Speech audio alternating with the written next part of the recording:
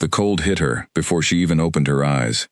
It was the kind of cold that pressed itself into bone, that made a person aware of every place their body touched the earth. Serafina Vale lay on her back, with her arms at her sides, and her white hair spread around her head like frost on a window. And the first thing she understood, before she understood anything else, was that she was still alive. She had not expected that. Her eyes opened to a sky the color of old pewter, heavy with clouds that had not yet decided whether to release their snow. The trees around her were tall and dark, bark stripped smooth by decades of wind, branches locked together overhead in a pattern that looked almost deliberate, almost like they had been arranged to frame the sky above her. She had never seen trees like these. She had never been this far from the Ashvale Pack's territory in her life. She tried to sit up. Pain moved through her ribs like something being tightened with a wrench. She pressed her teeth together and breathed through it, slow and measured, the way she had learned to breathe through pain years ago, when she was young enough to cry about it, and old enough to understand that crying changed nothing. She got one elbow under her, then the other. Then she was upright, her white hair falling across one shoulder, her hands pressed flat against the cold ground. She took in the clearing around her. Grass, dark soil, a ring of those tall, smooth-barked trees in every direction, and beyond the tree line, sound. Not wind, not rain, something low and present, a hum that did not have a source she could identify, that seemed to come from the ground itself, rather than from any creature or object she could see. Serafina had been born with better hearing than most. It was one of the few things about herself she had never been able to dislike, even on the days when everything else about her felt like an apology. She could hear water running underground. She could hear conversations 3 rooms away. She could hear the specific silence that came before something important was about to happen. She heard that silence now. She got to her feet. Her knees were wrong, shaky in a way that made her feel older than 22, and her ankles had no real confidence in themselves. But she stood. She turned in a slow circle, taking in every angle of the clearing, every place the tree line interrupted itself, every shadow that moved when it should not have moved. She did not see anyone. She felt them anyway. This was not a skill she had cultivated. It was something she had developed the way plants in dark rooms develop, by reaching toward whatever light existed, by adapting to the specific conditions of her environment. The environment of her entire life had been the Ashvale Pack, where danger was rarely announced, and was most dangerous when it pretended to be something else. She had learned to read a room without looking at it. She had learned to know when she was being watched. She was being watched now. "Hello?" she said. Her voice came out steadier than she felt. This was another skill from Ashvale, appearing more certain than she was, because uncertainty was something that certain wolves in that pack had treated as an invitation. No answer. The low hum continued. The clouds continued their slow deliberation about snow. A single dry leaf fell from somewhere above her and drifted past her field of vision and landed without sound in the grass near her left foot. She looked down at the leaf, and then she looked up, because the sound had changed. It was not louder. It was more present. The difference between a sound that exists at a distance and a sound that exists in the same room as you. Something had moved. Multiple somethings, moving with the specific coordination of creatures that did not need to communicate the plan, because they already knew it. The first wolf stepped out of the tree line to her left. She had seen wolves before. The Ashvale Pack had wolves who shifted during training runs, during territory patrols, during the ceremonial events that the pack leadership organized 3 times a year, and that Serafina had attended exactly once, before being told her presence made the events feel unbalanced. She knew what a large wolf looked like. This wolf was larger than large, in the way that certain things exceed their category entirely, and require a new one. Dark brown, almost black, with a broad chest and paws that pressed into the grass with unhurried certainty. Its eyes were amber. It looked at her with an attention that was not the attention of an animal deciding whether something was prey. It was the attention of something assessing. She stayed still. She had learned that too, in Ashvale. Stay still when you do not know what is about to happen. Movement announces panic, and panic announces weakness, and weakness in certain environments is the worst thing you can advertise. Another wolf, to her right. This one gray, almost silver, with a long, narrow face, and eyes the color of cold water. Then another, and another. They came out of the tree line in 1s and 2s, not rushing, not circling with the tense energy of hunters working a target. They simply arrived. They placed themselves in a loose ring around the clearing, each one finding a position and settling into it with the relaxed deliberateness of creatures carrying out a decision already made. Seraphina counted 12 wolves, arranged in a circle around her, and not one of them making a sound. She turned again, slowly, looking at each one. She was looking for aggression, tucked ears, raised hackles, the lowered head that preceded a charge. She did not find it. What she found instead was harder to categorize, and therefore more frightening, because unfamiliar things are always more frightening than familiar ones, even when the familiar thing is bad. What she found was calm. These wolves were completely, deeply calm. They watched her with an attention that felt almost respectful, which made no sense at all, because she was an omega from a pack that treated her like furniture, and she was standing in a clearing she could not name, surrounded by 12 enormous wolves, who should by every reasonable measure have been threatening her, and they were not. They were just watching. She pressed her hands against her thighs to keep them from shaking, and she looked toward the gap in the tree line directly in front of her, the one that seemed slightly wider than the others, the one through which no wolf had yet appeared. And then that changed. He came through the gap without hurrying, the way someone enters a room they own, the way someone moves, when the concept of needing to announce themselves has simply never applied to them. He was in his human form, which was the first thing she registered, and then she registered everything else in quick succession, and in no particular order, because her brain was doing that thing where too much information arrives at once, and the processing gets tangled. He was tall. Not in the way that some men are tall and you think they must find door frames difficult. Tall in the way that makes a person seem like they occupy slightly more of the world than the average human being is allocated. His hair was dark, cut close on the sides, longer at the top, and he wore clothes that were plain and dark, and did not try to be anything other than practical. His face was... She reached for a description and found her vocabulary briefly unhelpful, which irritated her, because she read constantly and had strong opinions about language and did not appreciate the times when it failed her. His face was the kind that made a person want to look at it again, immediately after looking at it the first time, not because it was performing anything, because it was completely, disconcertingly still. He looked at her the way the wolves looked at her. With that same calm, that same assessed certainty. "You are inside the Blackmore border," he said. His voice was unhurried, even, with a quality like something solid, like the kind of voice that is never needed to be louder than necessary, because the room always goes quiet when it speaks. Seraphina opened her mouth, closed it, opened it again. "I did not know that," she said. He nodded, as if this were a reasonable and expected answer, which somehow made it worse. "Are you hurt?" he asked.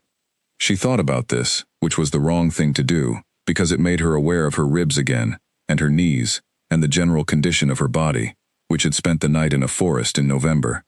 "A little," she said. "Nothing that will not heal." He looked at her for another moment. The 12 wolves around her had not moved. The sky had still not decided about its snow. A second leaf fell from somewhere above, and drifted past her in the same direction as the first, as though leaves had a preferred route. "I am Kalen Morrow," he said. "This is Blackmore territory. You will be given food, warmth, and a place to rest, while we determine what brought you here, and what you need." Seraphina stared at him. "I do not need anything from you," she said, because this was the reflex she had developed over 22 years, of living in a pack that offered things, and then collected the debt at the worst possible moment. He did not look offended. He did not look amused. He looked at her with the same calm attention and said simply, "That may be. But you are on my land, you are injured, and it is November. Come inside." She thought about arguing. She was capable of excellent arguments. She had conducted several very good arguments in her life, mostly internal ones, in situations where arguing out loud would have resulted in consequences she did not want. She assembled one now, in the space of about 4 seconds, and then looked at the 12 wolves still sitting in their calm circle around her, and then looked at the sky, which was now making its decision about snow and arriving at a definitive yes, and then looked at the man named Kalen Morrow, who was already turning back toward the gap in the tree line. He did not look back to see if she was following. That was somehow the thing that made her follow. because every person in her life who had wanted something from her had watched to make sure she was doing what she was supposed to do. They had tracked her, monitored her, made sure she was staying in the box they had decided she belonged in. Kalen Morrow turned his back on her and walked, and the confidence in that gesture was not the confidence of someone who knew she had no other option. It was the confidence of someone who had already respected her right to choose.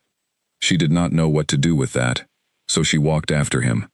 The snow began to fall, soft and directionless, as she crossed the clearing and stepped through the gap in the tree line into whatever came next.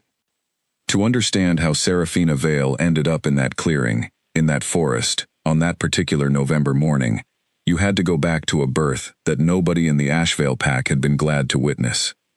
She had been born during a storm, which the older members of the pack remembered and attributed meaning to later, after the fact, in the way people attach significance to things once those things have become stories worth telling.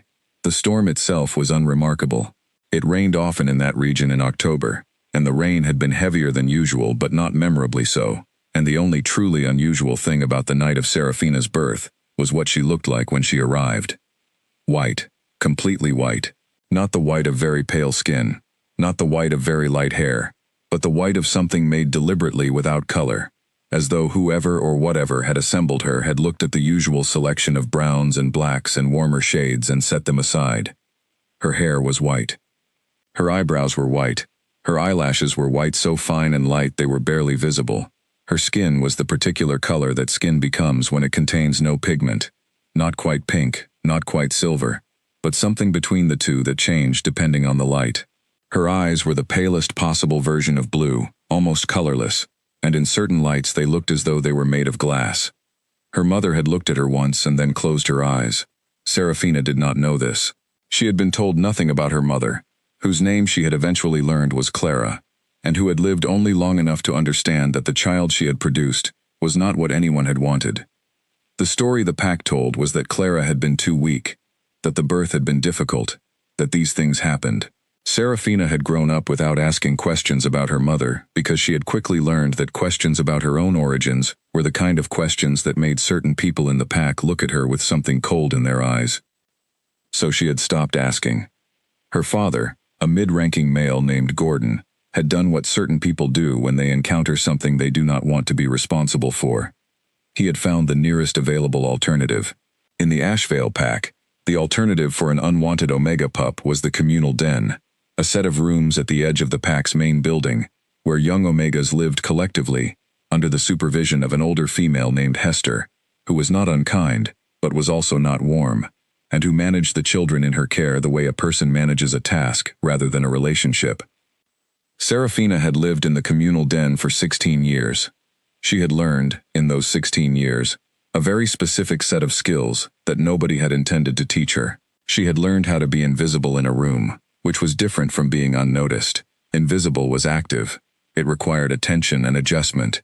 It required watching other people and positioning herself in relation to them so that her presence did not create friction. She had learned how to complete work before she was asked to complete it, because being ahead of the request meant less contact, less supervision, less opportunity for anyone to find fault. She had learned how to read the energy of a room from the doorway before entering it, so that she knew what she was walking into and could prepare herself accordingly. These were survival skills. They looked, from the outside, like conscientiousness. From the inside, they felt like armor. She was good at school, in the Ashvale pack's version of schooling, which was practical, and not particularly interested in the kinds of questions Serafina found most interesting. She read everything she could find, which was not as much as she would have liked but was enough to give her an interior life that was significantly larger and more interesting than her exterior one. She had opinions about books. She had theories about history. She had thoughts about language and the way words worked, the way certain combinations of words produced feelings that the individual words did not produce on their own. She shared none of this with anyone in the Ashvale pack, because she had tried, once, when she was around 13, and the response had been a specific kind of contempt that she had not forgotten. The girl she had tried to share her thoughts with, an Omega named Paula, a year older than her, had looked at her with something between pity and amusement and said, "Who do you think you are?" It was a good question. Serafina had spent a long time trying to figure out the answer. The pack's ranking system made the answer seem obvious. She was an Omega, which in Ashvale meant she was at the bottom of everything. The hierarchy of power, the hierarchy of resources, the hierarchy of consideration. Omegas in Ashvale were not without purpose. They filled the roles that needed filling, the cleaning and the cooking and the child care, and the administrative tasks that kept the pack functioning. But purpose was not the same as value, and being needed for something was not the same as being wanted. The albino designation made everything worse. There were no other albino wolves in Ashvale, and there had not been in living memory, and the pack's collective attitude toward things it did not have a framework for was to treat them as suspicious. She had been called an omen so many times, by so many different people, that she had once looked up the word in a dictionary to understand what exactly she was supposed to be predicting, and had found that omens could be good or bad depending on interpretation, and had allowed herself, privately, the small thought that perhaps she was a good omen, and everyone around her was just interpreting it wrong. She held on to that thought. It was a small thing. She held on to it the way a person holds on to a small warm object in cold weather, not because it solves the problem of the cold, but because it is better than nothing. She turned 18 and left the communal den. She had been given a room of her own, small and on the ground floor near the service entrance, with a window that looked onto a wall rather than the courtyard. She found ways to make it hers. She found plants that did well in low light, and she grew them on the windowsill. She organized her books in a system that made sense only to her, and that she found satisfying every time she looked at it. She turned 20, and nothing changed except that she had been doing the same work for 4 more years, and had gotten more efficient at it, and the efficiency had been noted by exactly no one. She turned 21, and a beta male named Philip decided that she had looked at him with too much confidence in a corridor, and had told Hester, his aunt, and Hester had told the pack leadership, and the pack leadership had given Serafina a formal warning about behavior unbecoming to her rank. She had stood in the leadership office and received this warning with her hands folded and her face very still, and had said she understood, and had walked back to her small room near the service entrance, and had sat on her bed and stared at the wall for a long time. She had not cried. She had considered it. She had decided against it, not because she thought crying was wrong, but because she had run out of a certain kind of feeling. You could only be surprised by unfairness so many times before the surprise wore off, and what was left was something quieter and colder, and in some ways more useful. She had gotten very quiet and very cold that night, and she had started, slowly and carefully, to make a plan. It was not a dramatic plan. It was not a plan born of rage or rebellion or a sudden revelation. It was a plan born of arithmetic, the simple calculation of a person who has looked at their current situation from every angle and determined that every angle produces the same result, and that the result is not survivable in the long term. She was going to leave the Ashvale pack. She did not know where she was going. She had very little money, saved in small amounts over years from the modest allocation given to Omegas for personal expenses. She had her books, some of which she would have to leave behind because they were too heavy to carry. She had her plants, which she could not take at all, and this cost her more than she expected. She spent 3 months planning. She studied maps. She learned what she could about the territories that bordered Ashvale, which packs occupied which lands, which borders were patrolled and at what intervals, which routes through the forest would give her the best chance of moving without being detected. She left on a November night, when the moon was minimal and the patrol schedule was on its predictable rotation. She got farther than she expected. She went in the direction she had planned. She covered ground steadily, because she had always been a good walker, better than most people expected from someone they thought of as fragile. And then something happened that had not been in the plan. She felt something pull. Not a sound, not a smell, not any of the sensory signals she had been tracking to navigate, something else. A sensation she had no accurate word for, like a thread somewhere behind her sternum, that someone had gently taken hold of, and was drawing in a direction she had not been traveling. She stopped. She stood in the dark forest, and she pressed her hand to her chest, and she waited for the sensation to pass, because it was clearly some product of exhaustion, and cold, and the stress of the night, and it would pass. It did not pass. It got stronger. She told herself, firmly, that she was not going to follow a feeling she could not name into an unfamiliar forest at night. She was a practical person. She valued evidence. She did not make decisions based on sensations she could not explain. She followed the feeling. She could not explain this then, and could not fully explain it later. What she could say, when she was eventually able to talk about that night with any honesty, was that the feeling was not frightening.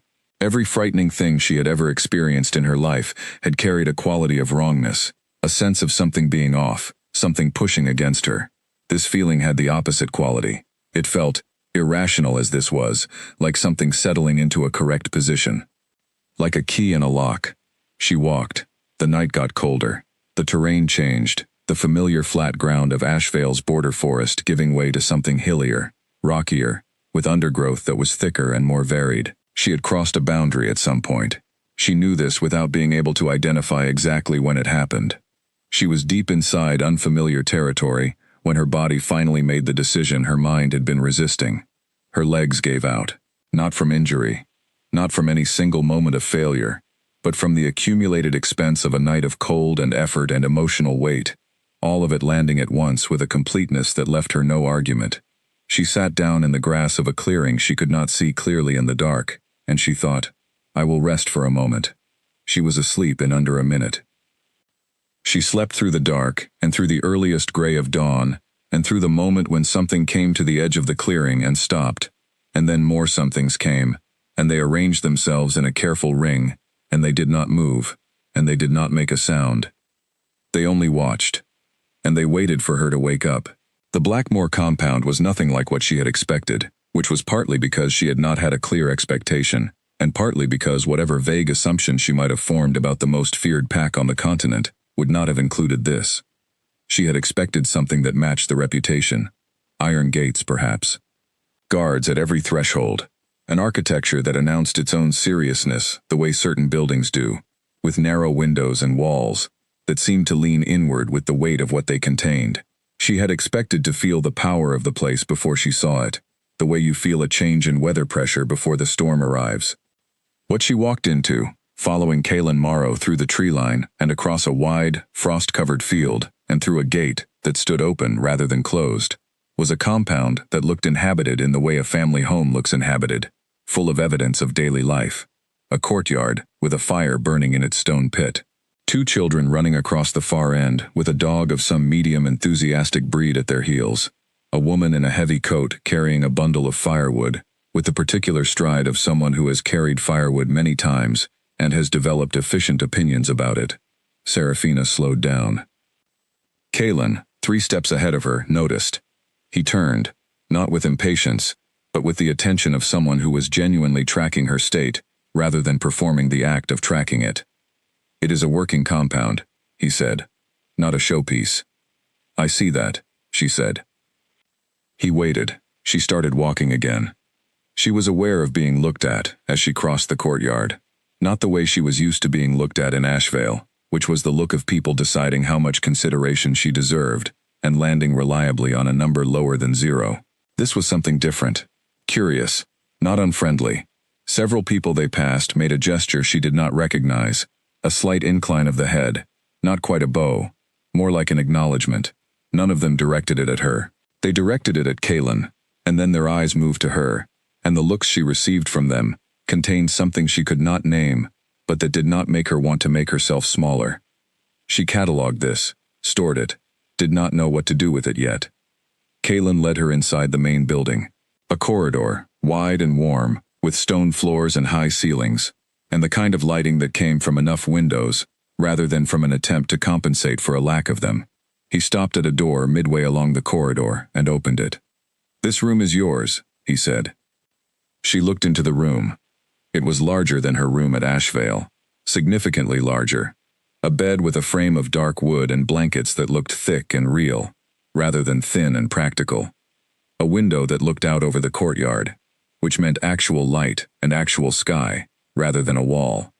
A desk, a wardrobe, a door in the back wall that, when she stepped inside and approached it, turned out to lead to a private washroom with a bath, a detail her mind registered and then refused to process immediately, because it was too outside her existing framework. There are clothes in the wardrobe, Kaylin said from the doorway.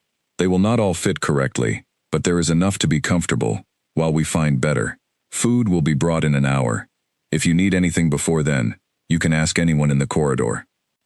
She turned and looked at him. He was standing in the doorway, not crossing its threshold, not entering the space he had given her without invitation. "Why?" she said.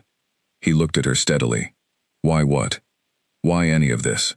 She gestured at the room, at the wardrobe, at the window and its view. "You do not know me. I appeared in your forest. You have no reason to. There are things I need to explain to you," he said. "I would like to do that once you are warm and rested and fed. Not before. You cannot listen well when you are cold." She stared at him. "That is actually true," she said, because it was, and she found she could not argue with something that was simply correct. "I know," he said. There was something brief in his expression, not quite a smile, not quite amusement, something lighter than either. He stepped back from the doorway. "Rest. Eat. I will come to you this evening, if you are willing," she said. "I will think about it." He nodded, as though this were a perfectly acceptable answer, and he left, and the door closed quietly behind him. Serafina stood in the middle of a room that was more than she had been given in years, and looked at the closed door, and waited for the other shoe to drop, for the feeling of debt to arrive, for the internal alarm that had been trained to fire whenever something good appeared, because something good in Ashvale always had a hidden cost attached to it, always came with conditions written in small print, that you only found when it was already too late to refuse the terms. The alarm did not fire. She did not know what to do with that either. She went to the washroom and found hot water that ran without being coaxed, and she stood under it for a very long time. She found the clothes in the wardrobe, and he had been right. They were not a perfect fit. They were slightly large in the shoulders and slightly long in the sleeves, the practical clothes of someone significantly bigger than her, but they were warm and clean, and she put them on, and sat on the edge of the bed, and waited for the world to clarify itself. It did not clarify itself in time. She fell asleep before the food arrived. She woke to a knock on the door and a tray on the small table beside it, left by someone who had come in and out without waking her, which told her something about how deeply she had been asleep, and also something about how quietly people in this place moved. She ate. The food was plain and substantial. Bread and stew and something warm to drink that tasted of herbs she could not fully identify. She ate all of it, and was surprised to find herself still seated at the table afterwards, not because she was not done, but because she was not used to eating until she was actually finished. In Ashvale, meals were timed events with a specific window, and the window for omegas opened after others had gone and closed before she was usually ready. She had spent years eating quickly, learning to stop before she felt done, training her body to accept less than it wanted. She sat at the table in this room in Blackmore and ate until she was genuinely finished, and then she put down the spoon and sat with the strangeness of that. When Kalen knocked that evening, she answered the door. He had a second chair with him, which he had apparently carried from somewhere, because the room had only one. He set it across from the existing chair, near the window where the evening light was still coming through, and he sat down in the second one, and looked at her with that steady attention that she was beginning, cautiously, to categorize. It was not the attention of someone who wanted something from her that she could name. It was not the attention of someone who was managing her, or tracking her for the purpose of control. It was the attention of someone who was genuinely taking her in, the specific, irreplaceable her, and finding it worth the time. She sat in the first chair. She folded her hands in her lap. She said, "You said there were things you needed to explain." "Yes," he said. "Then explain them." He did not hedge or preamble. She had noticed this about him already, in their short acquaintance. He seemed to have made a decision at some point in his life that preamble was a waste of both parties' time, and he had organized his communication accordingly. She found she respected this. "In Blackmore," he said, "the Alpha King does not choose a mate by arrangement, or by family alliance, or by any of the traditional methods your pack or other packs use. There is a bond that forms. It forms once, for a specific person, and it cannot be transferred or reassigned." She looked at him. "I have heard of this," she said, slowly, because she had read about it. Mate bonds were discussed in some of the older texts she had found in Ashvale's small, neglected library. They had seemed like history, like something from a time when the rules of the world were different. "It is not history," he said, as though he had followed her thought exactly. "It is a real thing, and it formed, for me, 3 years ago." She waited. The bond identified you, he said, by name, by location, by everything about you that makes you distinct from every other person in the world. It has been telling me, for 3 years, that you are the person I am meant to be paired with. The room was very quiet. Outside the window, the last of the evening light was moving from gray to the particular dark blue that comes just before actual night. Someone was walking across the courtyard below, their footsteps audible on the frost-hardened ground. A door opened somewhere in the building and released a brief wash of warmth and voices, and then closed again. Serafina sat in her chair and looked at the man across from her. She said, and then stopped. He waited. You have known this for 3 years, she said. Yes. And you did not come to Ashvale? No. Why not? He was quiet for a moment. Not because he did not have an answer, she thought, but because he was choosing the most accurate version of it. Because arriving at your pack, as what I am, with what I would have been claiming, would have created a situation where you had no choice. The pack leadership would have deferred to me. Your own wishes would have been secondary to the politics of the situation. I did not want that. She looked at him for a long time. But I am here now, she said. You came here yourself, he said. That matters. She did not know how to answer this.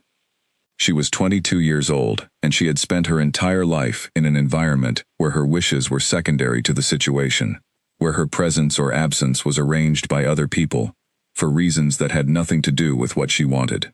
She had learned to treat her own preferences as a private matter, something to be maintained internally, but not expected to influence anything external. The idea that her arrival here, on her own terms, in her own time, mattered to him, that he had specifically arranged things so that she could arrive on her own terms, landed somewhere inside her that was not used to receiving things like that. She felt it land. She did not know what to do with it. She filed it away to think about later, when she was alone, which was what she did with things that were too large to process in front of another person. What are you telling me this for? She said. What do you want from me? Nothing right now, he said. I am telling you so that you understand the context. You are here, and there is a reason for that, even if it does not feel that way yet, and you deserve to know the reason, rather than finding out later and feeling deceived. She thought about this. What happens now? She said. You stay, he said, as a guest, with full guest rights, which in Blackmore are significant. You have this room. You have access to the compound and its library and its spaces. You are not asked to do anything. You are not required to decide anything. You can leave at any time, and nobody will stop you. She searched his face for the condition, for the part of this that would turn out to be the fine print. What if I decide to refuse the bond? She said, what if I stay here and decide, eventually, that I do not want this? Then you will not want it, he said. The bond is not a trap. You cannot be held in it against your will. It does not work that way. She stared at him. That is not what the stories say, she said. She had read enough to know that mate bonds in fiction, and in the accounts told by older pack members, were usually framed as something irresistible, something that took a person over, that removed the question of choice from the equation entirely. The stories are told by people who find it more convenient to believe that choice was never part of the equation, he said, simply. It always was. The dark blue outside the window had deepened to the actual black of a November night. The courtyard below was quiet. Serafina sat with her hands folded in her lap and looked at a man who had waited 3 years without announcing himself, who had given her a room with a view and a wardrobe of clothes and a meal that he had made sure arrived while she was sleeping so that she could not refuse it, and who was now sitting across from her, telling her she could leave whenever she wanted. She had no framework for this. It did not fit any category she had developed over 22 years, of learning how the world worked and what people wanted from her, and how much of herself she had to withhold to keep herself safe. She needed a new category. She was not sure she knew how to make one. I need time, she said. I know, he said. I am not saying yes. I am not asking you to. She looked at him one more time. He looked back. Neither of them looked away, which was the first time in Serafina's memory that she had held eye contact with someone of his rank without feeling the specific anxiety of a person doing something she was not supposed to do. Good night, she said. Good night, he said, and stood, and took his chair, and left. She sat alone in the room for a long time after he was gone. She had come to this territory by accident, pulled by something she still could not explain. She had woken surrounded by wolves, and walked into a compound that was not what she expected, and eaten food that was given without conditions, and been told, by the most powerful man in 7 packs, that he had known about her for 3 years, and had specifically arranged circumstances so that she would have a choice. She was not naive enough to simply believe all of this, but she was not so defended, so entirely armored, that she could dismiss it either. She would watch, she would pay attention, she would stay alert, she would not let herself be swept away by the novelty of being treated well, because novelty was not the same as reliability, and she had learned the difference between the two the hard way. But she would stay, for now, because she had nowhere else to go that was better than this, and because somewhere inside her, in the place where she had spent 22 years, maintaining a very small, careful light that she refused to let go out entirely, something had shifted very slightly. Not hope, too early for that. The thing that comes just before hope, when the conditions that make hope possible first become visible. She went to the window and looked out at the dark courtyard, and the frost on the stones, and the last few embers in the fire pit, and she let herself feel it, that not quite hope, for exactly a moment. Then she went to bed. Outside, the first real snow of November arrived, and began to cover everything quietly and thoroughly, and somewhere in the building, in a room she had not yet located, Kalen Morrow sat at his desk and wrote nothing, and thought carefully about everything, and waited. Her name in Blackmore, within the first week, became a small and interesting problem. Not because anyone said it wrong. They said it carefully, in fact. Serafina, 4 syllables, with the emphasis on the second one, delivered with the particular attention of people who have been told something matters, and have decided to take that instruction seriously. The problem was that no one seemed uncertain what to do with her. In Ashevale, her arrival in any room had produced a specific atmospheric shift, a slight lowering of warmth, a reorientation of posture among the people present that communicated, without words, that she was a quantity that did not belong in whatever equation was currently being worked out. In Blackmore, she arrived in rooms and people said good morning. She found this deeply unsettling. The first person who had a real conversation with her was Petra Cole. Petra was tall and broad-shouldered, and had the kind of face that looked as though it had been hit at some point in the past, and had decided, upon reflection, that it was fine. She was one of Blackmore's senior warriors, which Serafina learned not from Petra herself, but from a passing remark someone else made in the corridor.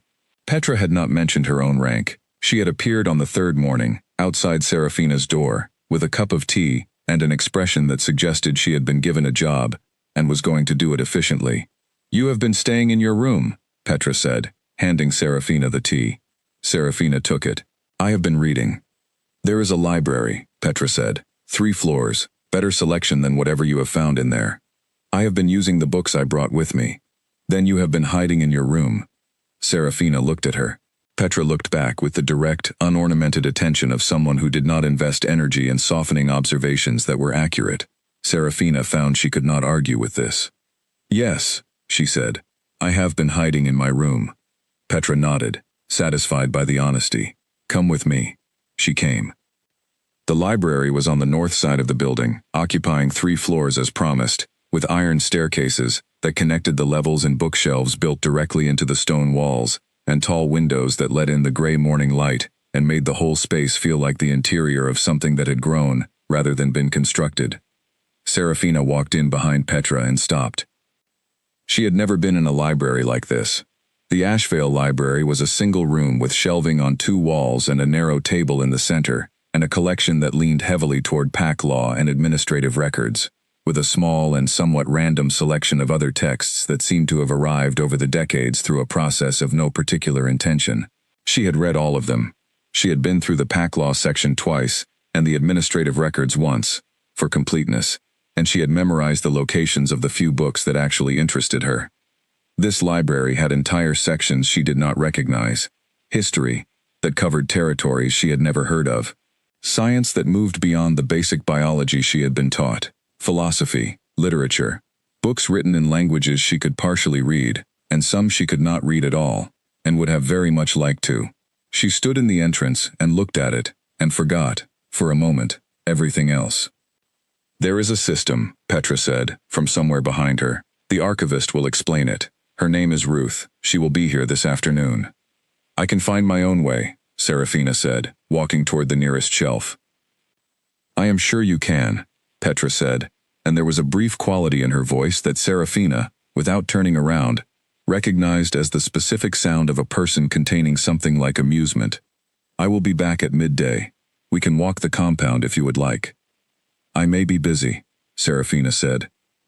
"You may," Petra agreed, and her footsteps retreated, and Serafina was alone in the library, with more books than she had ever been in a room with, and she spent the next 4 hours in a state of absorption so complete that she missed lunch entirely, and only became aware that she was hungry, when Ruth, the archivist, a small, precise woman with silver hair and reading glasses on a cord around her neck, appeared at her shoulder and said, gently but firmly, that the afternoon light was going, and perhaps it was time to eat something. The routine built itself quietly over the following days. Morning tea with Petra, because Petra continued to bring it, and Serafina found, somewhat to her own surprise, that she looked forward to it. Time in the library. The midday walk, which Petra had simply continued initiating without making it a question, which Serafina had found was the only way to make her actually leave the building. Evenings with a book by the window, or in the library, or sometimes at the desk in her room with paper she had asked Ruth for, writing things she was not sure yet were anything more than herself thinking on paper. She did not see Kalen often. He was present in the compound in the way that someone is present in a house they manage. You sense their influence on things, the decisions that have been made, the way the place functions and what it prioritizes. But he did not insert himself into her days. He had said she needed time, and he had meant it in the operational sense, not just the polite one. She passed him in the corridor 2 or 3 times in the first week, and he acknowledged her with the same calm attention he had given her on the first night, without urgency, without the particular energy of someone waiting for something to happen. She found this more interesting than she wanted to admit to herself. She had experience with people who said one thing, and then behaved in a way that made the saying meaningless. She had a long and detailed personal history, with that specific gap between stated intention and actual behavior. She had become expert at reading it, at finding the moment when the performance of patience became the pressure underneath the performance. She could not find it in Kalen. She tried. She watched him at meals, when they happened to be in the common dining room at the same time. She watched him in the corridors, the way he moved through his own compound, the way his people interacted with him. She watched the faces of the people around him for the things she knew how to read. That specific quality of tension that existed in places where the person in charge was unpredictable, where the calm surface hid something that might shift without warning. She did not find it. What she found instead was something she did not have a word for in her vocabulary, because she had not previously had occasion to use it. The closest word she had was ease. The compound operated with ease. People disagreed with each other in the common spaces, openly, and resolved the disagreements and continued their meals. A junior member of the pack made a mistake in a training session that Serafina watched from a window, dropped someone when the grip failed, a tangle of limbs, and a landing that was not what was planned. And the correction that followed was immediate and instructional and completely without humiliation. Nobody looked at the door to see if the display of imperfection had been witnessed and would be punished. The 10th day she was in Blackmore, something happened that clarified something for her. She was in the library, on the 2nd floor, in the section that she had privately named the Interesting Philosophy section, when she heard voices below her. The library's stone construction created odd acoustics. Conversations on the ground floor sometimes traveled up clearly, sometimes dissolved entirely, depending on where you were standing. She was standing, it turned out, in a place where the conversation below traveled clearly. 2 voices, both male. One she recognized, Rory, a young pack member who had been pointed out to her by Petra as someone who had joined Blackmore 3 years ago, from a smaller pack to the east. The other she did not recognize. What he actually said, Rory was saying. I know what he said. The other voice, flat. It does not mean we have to. It does mean that. That is exactly what it means. A pause. She is an Omega, the second voice said, from Ashvale. She has nothing. She is who she is, Rory said. And you know what Kaelin said. You were in the room. Another pause, longer. I know what he said, the second voice said, with less resistance in it now. Something had shifted. He is not wrong. He is never wrong about this kind of thing. It is only...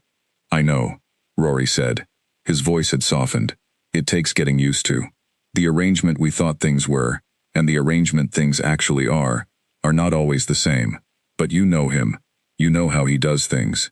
A door opened somewhere below. The voices moved, the acoustics shifted, and she lost them. Serafina stood in the philosophy section, with a book in her hands that she was no longer reading, and looked at the shelf in front of her without seeing it.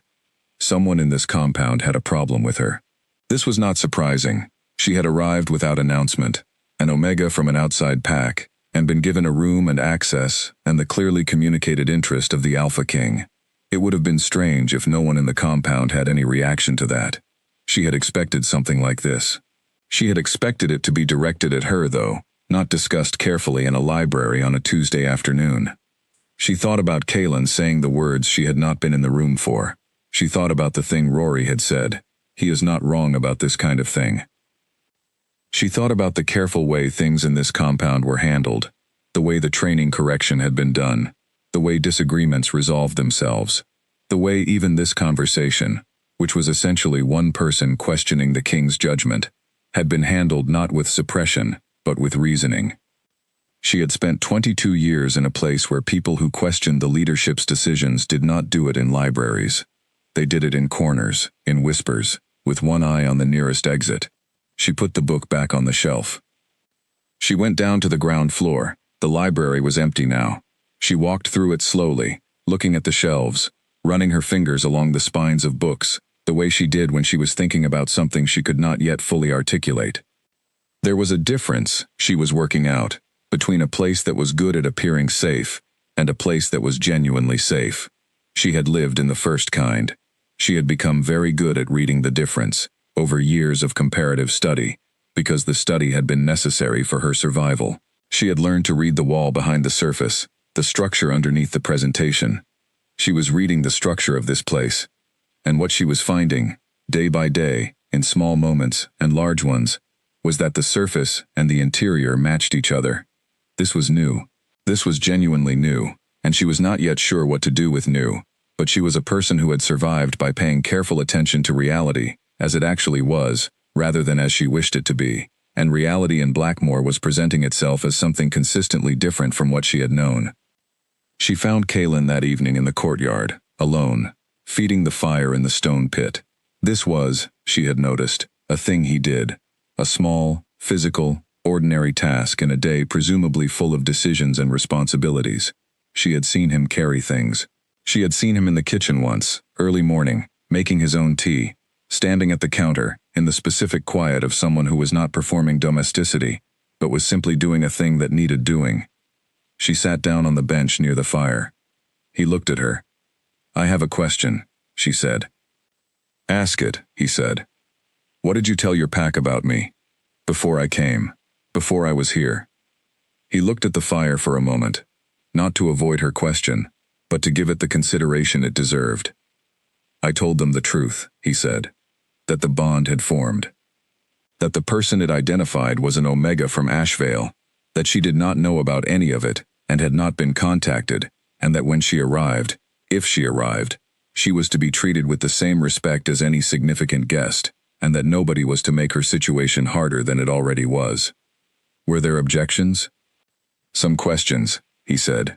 "Not objections. People here understand that the bond does not make decisions based on rank or family or what is convenient. They have seen it before. They understand what it is. But there are people who find it difficult," she said. He looked at her. His expression was attentive, interested. "You heard something." "I was in the library." "Rory," he said, not a question. "And someone else." "Owen," he said. "He is adjusting. He will get there." She looked at the fire. The snow from the previous days had mostly melted, but the air was cold enough that her breath was visible, and the fire was the right kind of warm. The kind that reached you rather than the kind that just existed near you. "You knew they had questions," she said. "You handled them before they became problems." Yes. How did you know when to address them, and when to leave them alone? He was quiet for a moment. Experience, he said, and knowing the people. Owen has always needed time with new information. Rushing him makes it harder. Letting him work through it makes it easier. Rory knows this, and helps when he can. She looked at this man who had known that someone needed time, and had given it without being asked, who had looked at a situation with a person in it, and adjusted his approach to match the person, rather than demanding the person adjust to match the approach. She had a thought, clear and uncomfortable in its clarity. She said, "You do that with me too." He did not deny it. "Yes. You knew I would need time, and you structured things so that I had it." "Yes." She sat with this. She was not angry about it. That surprised her. In Ashvale, the idea that someone had arranged circumstances around her would have triggered an immediate alertness, a searching for the manipulation underneath the arrangement. Here, looking at this specific man, knowing what she knew of him now after nearly 2 weeks of watching him operate in his own world, she could not find the manipulation. What she could find was something that looked, uncomfortably but undeniably, like consideration. The fire snapped. A log shifted. The cold air moved around them both. "I am still not saying yes," she said. "I know," he said. "But I am also not leaving." He looked at the fire. Something in his face changed very slightly. Not an obvious change. The kind of change that was only visible to someone who had been watching carefully. The particular quality of someone releasing something they had been holding, without being aware they were holding it. "Good," he said. Simple. Quiet. She got up. She went back inside. She walked down the warm corridor and up the stairs and into her room with the view of the courtyard, and she sat at the desk and picked up the paper she had been writing on and read what she had written over the past 10 days. She had been writing, she realized, a map. Not a physical one, a map of this place and the people in it and how they moved and what they valued and how it compared to every other map she had ever made, of every other place she had survived. The maps did not match. She picked up her pen and she kept writing. There was a man in Blackmore named Owen Fletcher, and by the 3rd week of Seraphina's stay, she had formed a fairly complete picture of him from observation alone. He was in his late 20s, sandy-haired, with the kind of face that was pleasant when it was not actively being difficult, which it was more often than not. He was one of Kalen's senior advisors, a position he had held for 5 years, according to a detail Petra had dropped during one of their walks, and he carried the specific pride of someone who had earned a proximity to power and had organized much of his identity around that proximity. He was not cruel. She had watched carefully enough to be certain of that. He was not the kind of person who made others smaller for the enjoyment of it, but he was the kind of person who had a clear picture of how things were supposed to work, and who became uncomfortable when reality did not match the picture, and who expressed that discomfort in ways that were just polite enough to be difficult to object to. He had spoken to her directly, exactly twice in 3 weeks. The first time was in the corridor outside the dining room. He had been coming out as she was going in, and they had nearly collided, and he had stepped back and said, with precision, "My apologies." Not the automatic version of an apology, the version that contained, underneath the correct words, a controlled version of something else, an annotation that said, "We are being careful about this." The second time was in the library. She had been at the large table on the ground floor, with several books open, working through a connection between 2 separate historical accounts that had caught her interest, when he sat down at the same table, at the far end, and opened his own documents. He worked for an hour. She worked. When he stood to leave, he paused. "You read Blackmore history," he said, looking at the books on her side of the table. "I read most things," she said. He looked at the specific texts she had open. His expression moved through something complex. Surprise, reassessment, a thing he then closed before it could become visible. "The Alcott account is incomplete," he said. "There is a more detailed version. 2nd floor, east wall, 3rd shelf from the top. Gray binding." She looked up at him. "Thank you," she said. He nodded once and left. She went and found the book. He was right. It was more detailed, significantly so, and it answered several of the questions she had been working around. She sat with it for 2 hours and thought about what it meant that Owen Fletcher, who was working out his discomfort with her presence in his own way and at his own pace, had nonetheless told her where to find a better book. People were complicated. This was not a new observation, but she had spent most of her life in an environment where complicated meant that the useful and the harmful were so intertwined that the only safe approach was to treat everything as potentially the latter. Here, complicated seemed to mean something closer to what the word actually described: layers, contradictions, the coexistence of difficulty and generosity in the same person. She tucked the observation away. The library became, in these weeks, the place where she did her real thinking. She had always used books the way some people used physical exercise, as a way of moving through problems, of keeping mental motion going while working out something that resisted direct approach. She moved through Blackmore's collection methodically, beginning with the history sections and working outward, and what she found was not only more extensive than she had expected, but more honest. Ashvale's records had been curated in the way that pack records often were, emphasizing the account of events that made the leadership look competent and the pack look strong. Blackmore's archives contained the complicated version, the failures as well as the victories, the decisions that had not worked out, the periods of difficulty and what had caused them, and what had changed. She found this more trustworthy than the cleaned-up version. Ruth, the archivist, had taken to spending part of her morning at the table near Serafina's preferred reading spot. She was a woman of very few words, but those words were well chosen, and she had the particular quality of someone who had spent decades in the company of books and had come to expect from people the same standard of precision that good writing required. She did not tolerate vagueness. She did not waste time. She told Serafina which texts were reliable and which were not, which authors had personal reasons to shade their accounts and in which direction, and she did this without being asked and without apparent awareness that this was a significant thing to do for someone who had arrived 3 weeks ago with nothing but the clothes that had been found for her. One morning, Ruth sat down with her tea and looked at the books Serafina had assembled and said, without preamble, "You are studying governance." Serafina looked at the books. History of Territorial Decisions. Records of the founding of the Blackmore adjacent packs. The Alcott account, now well worn from her handling of it. "I am studying the place I am staying in," she said. Ruth sipped her tea. "Same thing," she said, and opened her own book. Serafina thought about that.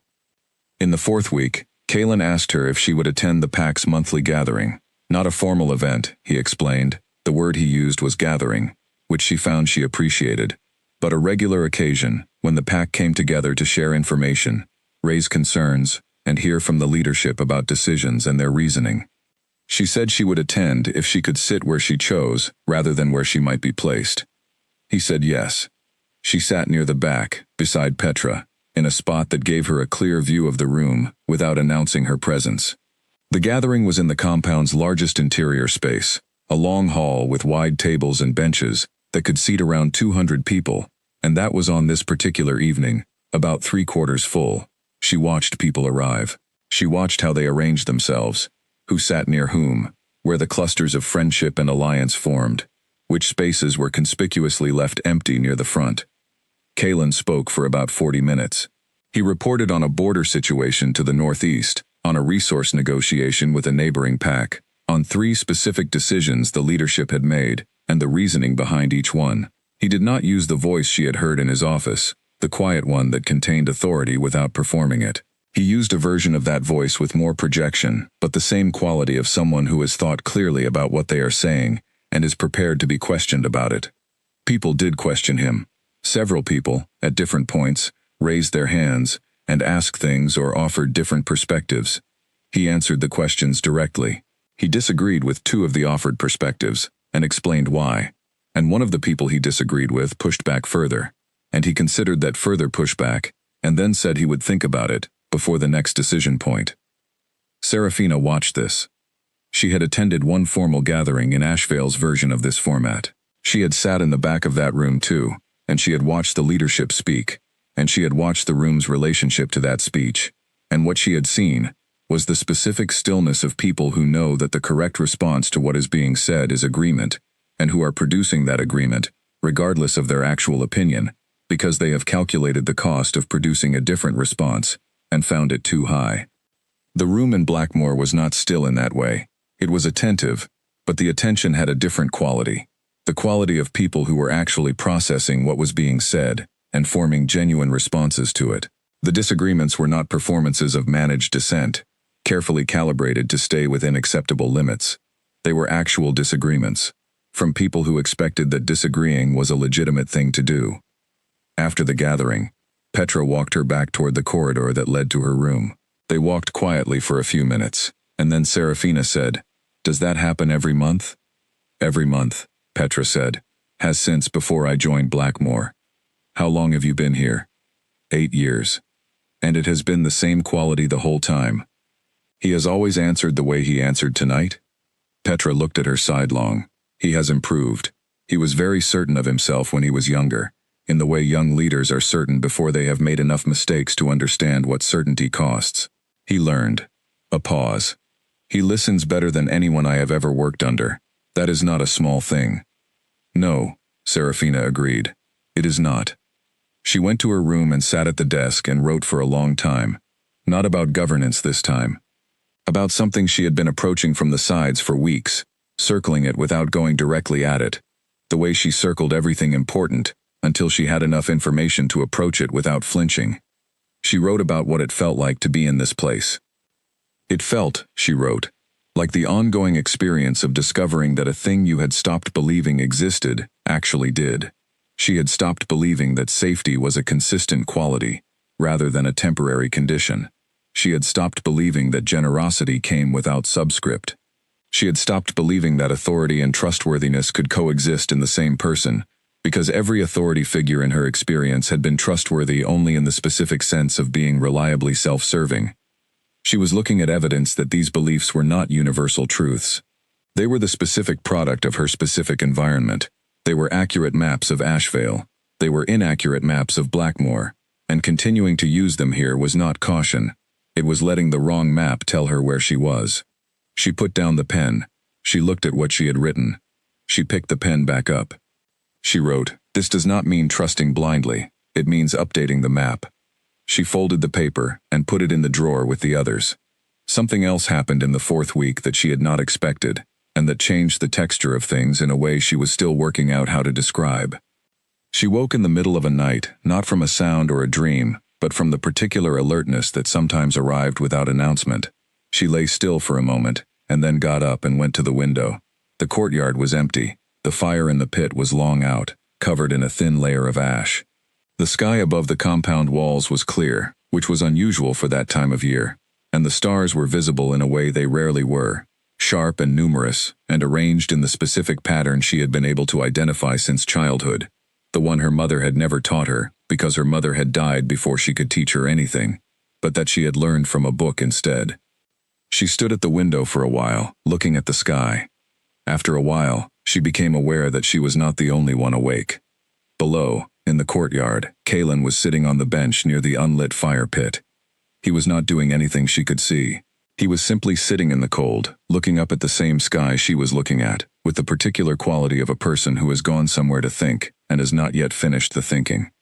She almost stepped back from the window. She did not. She watched him for a moment, the dark shape of him against the lighter stone of the courtyard, his breath visible in the cold air, something in his posture that was different from the posture he wore during the day, something quieter, more interior. She had a sudden and unexpected awareness that this was the version of him that was not for the compound, not for the role, not for any of the relationships that required him to be the particular thing he was to everyone else. She did not know why this felt like something she should not have seen. She stepped back from the window. She got back into bed and lay in the dark and thought about a man sitting alone in a cold courtyard in the middle of the night, looking at stars, looking like a person rather than an alpha king. She thought about that for a long time. In the morning, when Petra brought tea, Serafina said, "Tell me about him. Not the official version, the actual version." Petra looked at her over the rim of her own cup. Something in her expression shifted. "That is a large question," she said. "I have time," Serafina said. Petra sat down. She set her cup on the small table by the window. She looked at it for a moment, composing something. "He took the Alpha King role at 24, she said. His father died in a border conflict in the East. There was no gradual transition. He stepped into the largest leadership position in the region, with 1 week's notice, and no specific preparation. because his father had been healthy, and nobody had expected it to be necessary yet. Serafina listened. He made mistakes, Petra said. Serious ones. In the first 2 years, there were 3 decisions that cost lives. Not because he was reckless, because he was young and certain, and he did not yet understand what he did not know. He understood it afterward. She paused. He has never forgotten those 3 decisions. I know this because he speaks of them. Not frequently, but when they are relevant. He does not use them as a story about how he has grown. He uses them as a precise account of what happened and what he would do differently. Serafina looked at the courtyard through the window. He has never mated, she said. Not a question. No, Petra said. The bond formed when he was 26. He is known for 3 years. He told no one outside the senior circle for the first year, not because he was ashamed, but because he did not want the knowledge to create pressure on a situation that required none. A pause. He is not a patient man by nature. Patience is a skill he has developed. You can tell the difference if you watch closely. Serafina thought of the midnight courtyard, the stars, the shape of a man in the cold who was not performing anything for anyone. I watch closely, she said. I know, Petra said, and there was something very close to warmth in her voice, the specific warmth of someone who has been watching and approves of what they have seen. That is one of the things I like about you. Serafina looked at her. You like things about me, she said. She meant it as a simple observation. It came out slightly uncertain around the edges. Petra picked up her tea. You are honest, she said. Careful. You do not try to be more than you are, and you do not settle for being less. You watch before you decide, and when you decide you hold the position, she sipped. These are good qualities in a person. I have not said that to someone new in 8 years. Make of it what you will. Serafina made of it something she stored in the same place as the note about updating the map. She was building something, she understood. Not the same building she had been living in all her life.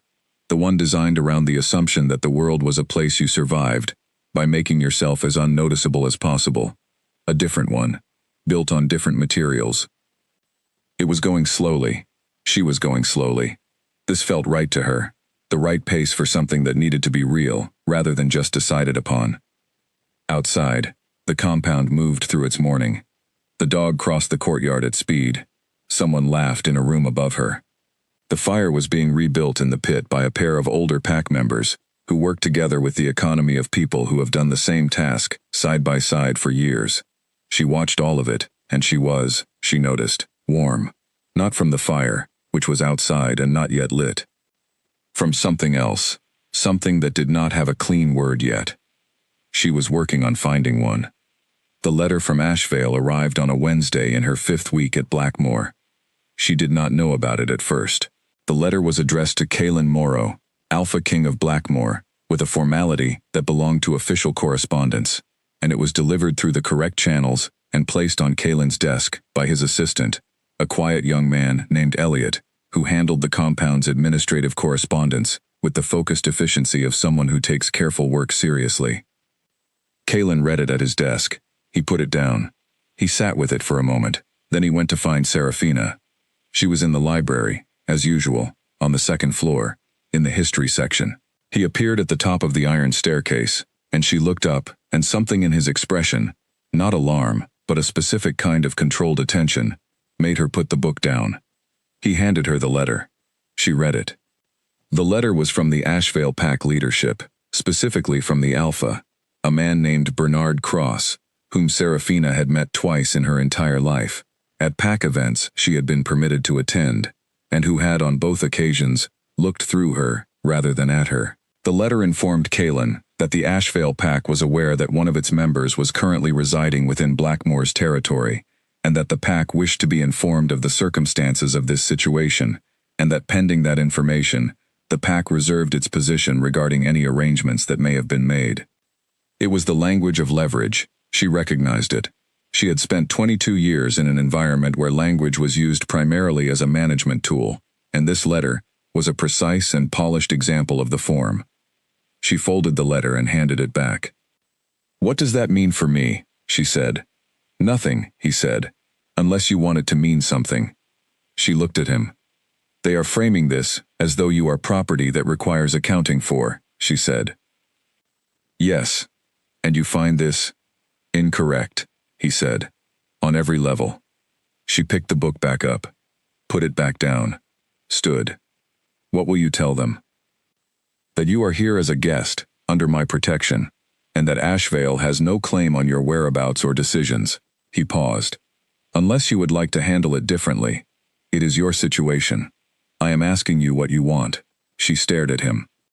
She had had exactly nobody, in the entire history of her life, ask her what she wanted, in the context of a situation that had official weight. Small things, yes. Petra asking if she wanted tea before she brought it. Kaylin asking if she would attend the gathering. The texture of ordinary consideration. But this was a letter from her former pack, a formal communication with potential consequences, and he was standing in her library, with the letter in his hand, asking what she wanted. She said, "Tell them I am here voluntarily, that I am a guest with full rights, and that any further inquiry should be directed to me." He looked at her for a moment. There was something in that look she was becoming more able to read, a quality of being seen, specifically, that she had no prior experience with, and still found slightly disorienting. "I will tell them that," he said. "And Kaylin," she said. The name came out of her mouth easily, which surprised her slightly. She had been using it for a few days, and still found it occasionally strange in her mouth, not because it was difficult, but because the familiarity of it felt like a claim she was not yet sure she had made. "Make it clear that I am not in need of retrieval."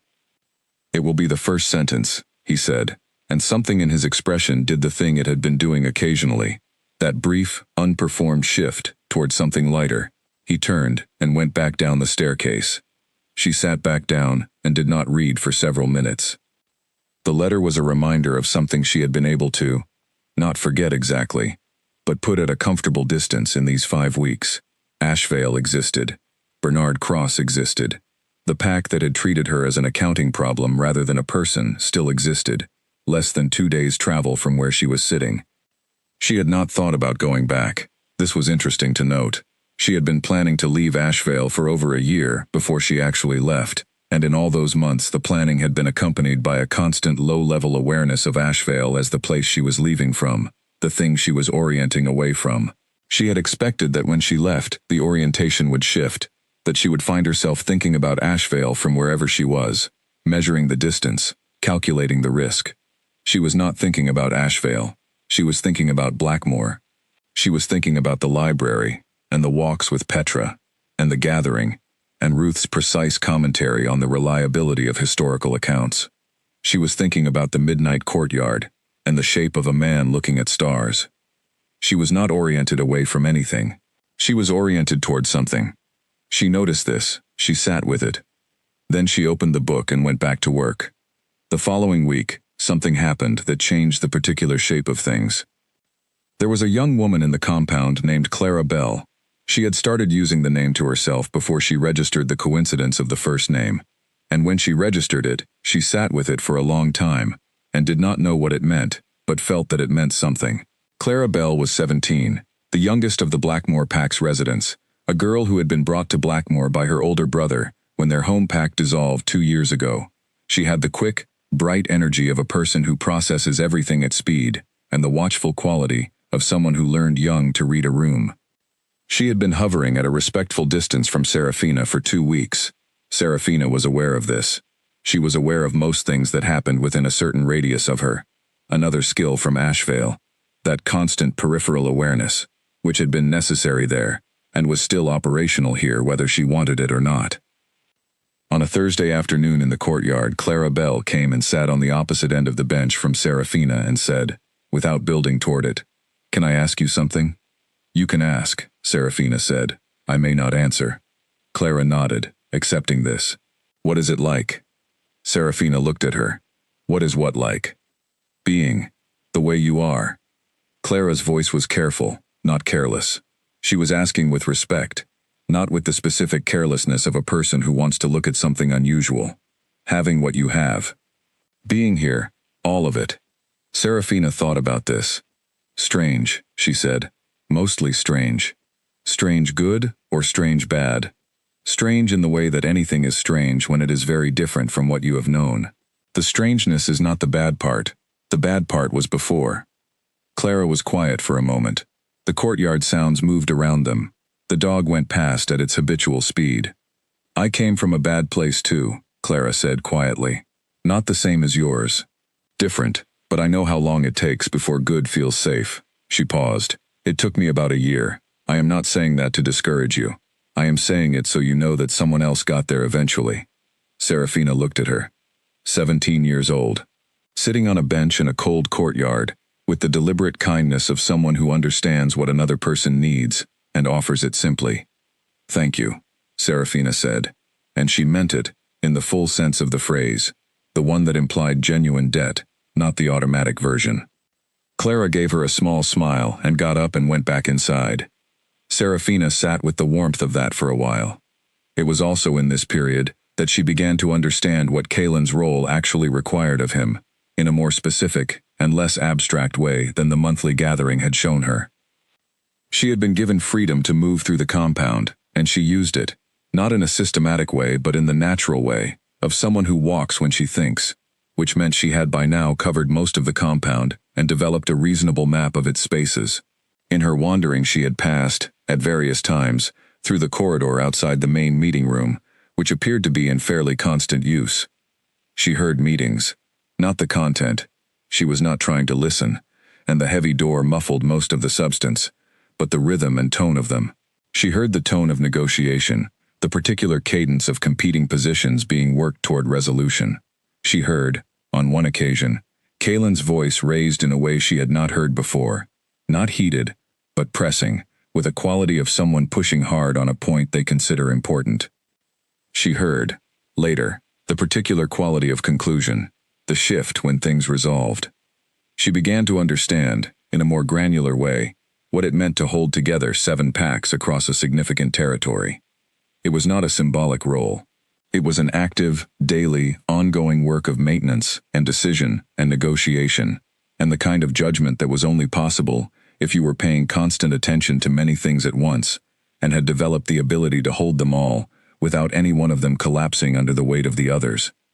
She thought about this version of him, the one in the meeting rooms, the one pressing hard on points that mattered, alongside the version she knew, the midnight courtyard, the library corridor, the way he had handed her the letter and asked what she wanted.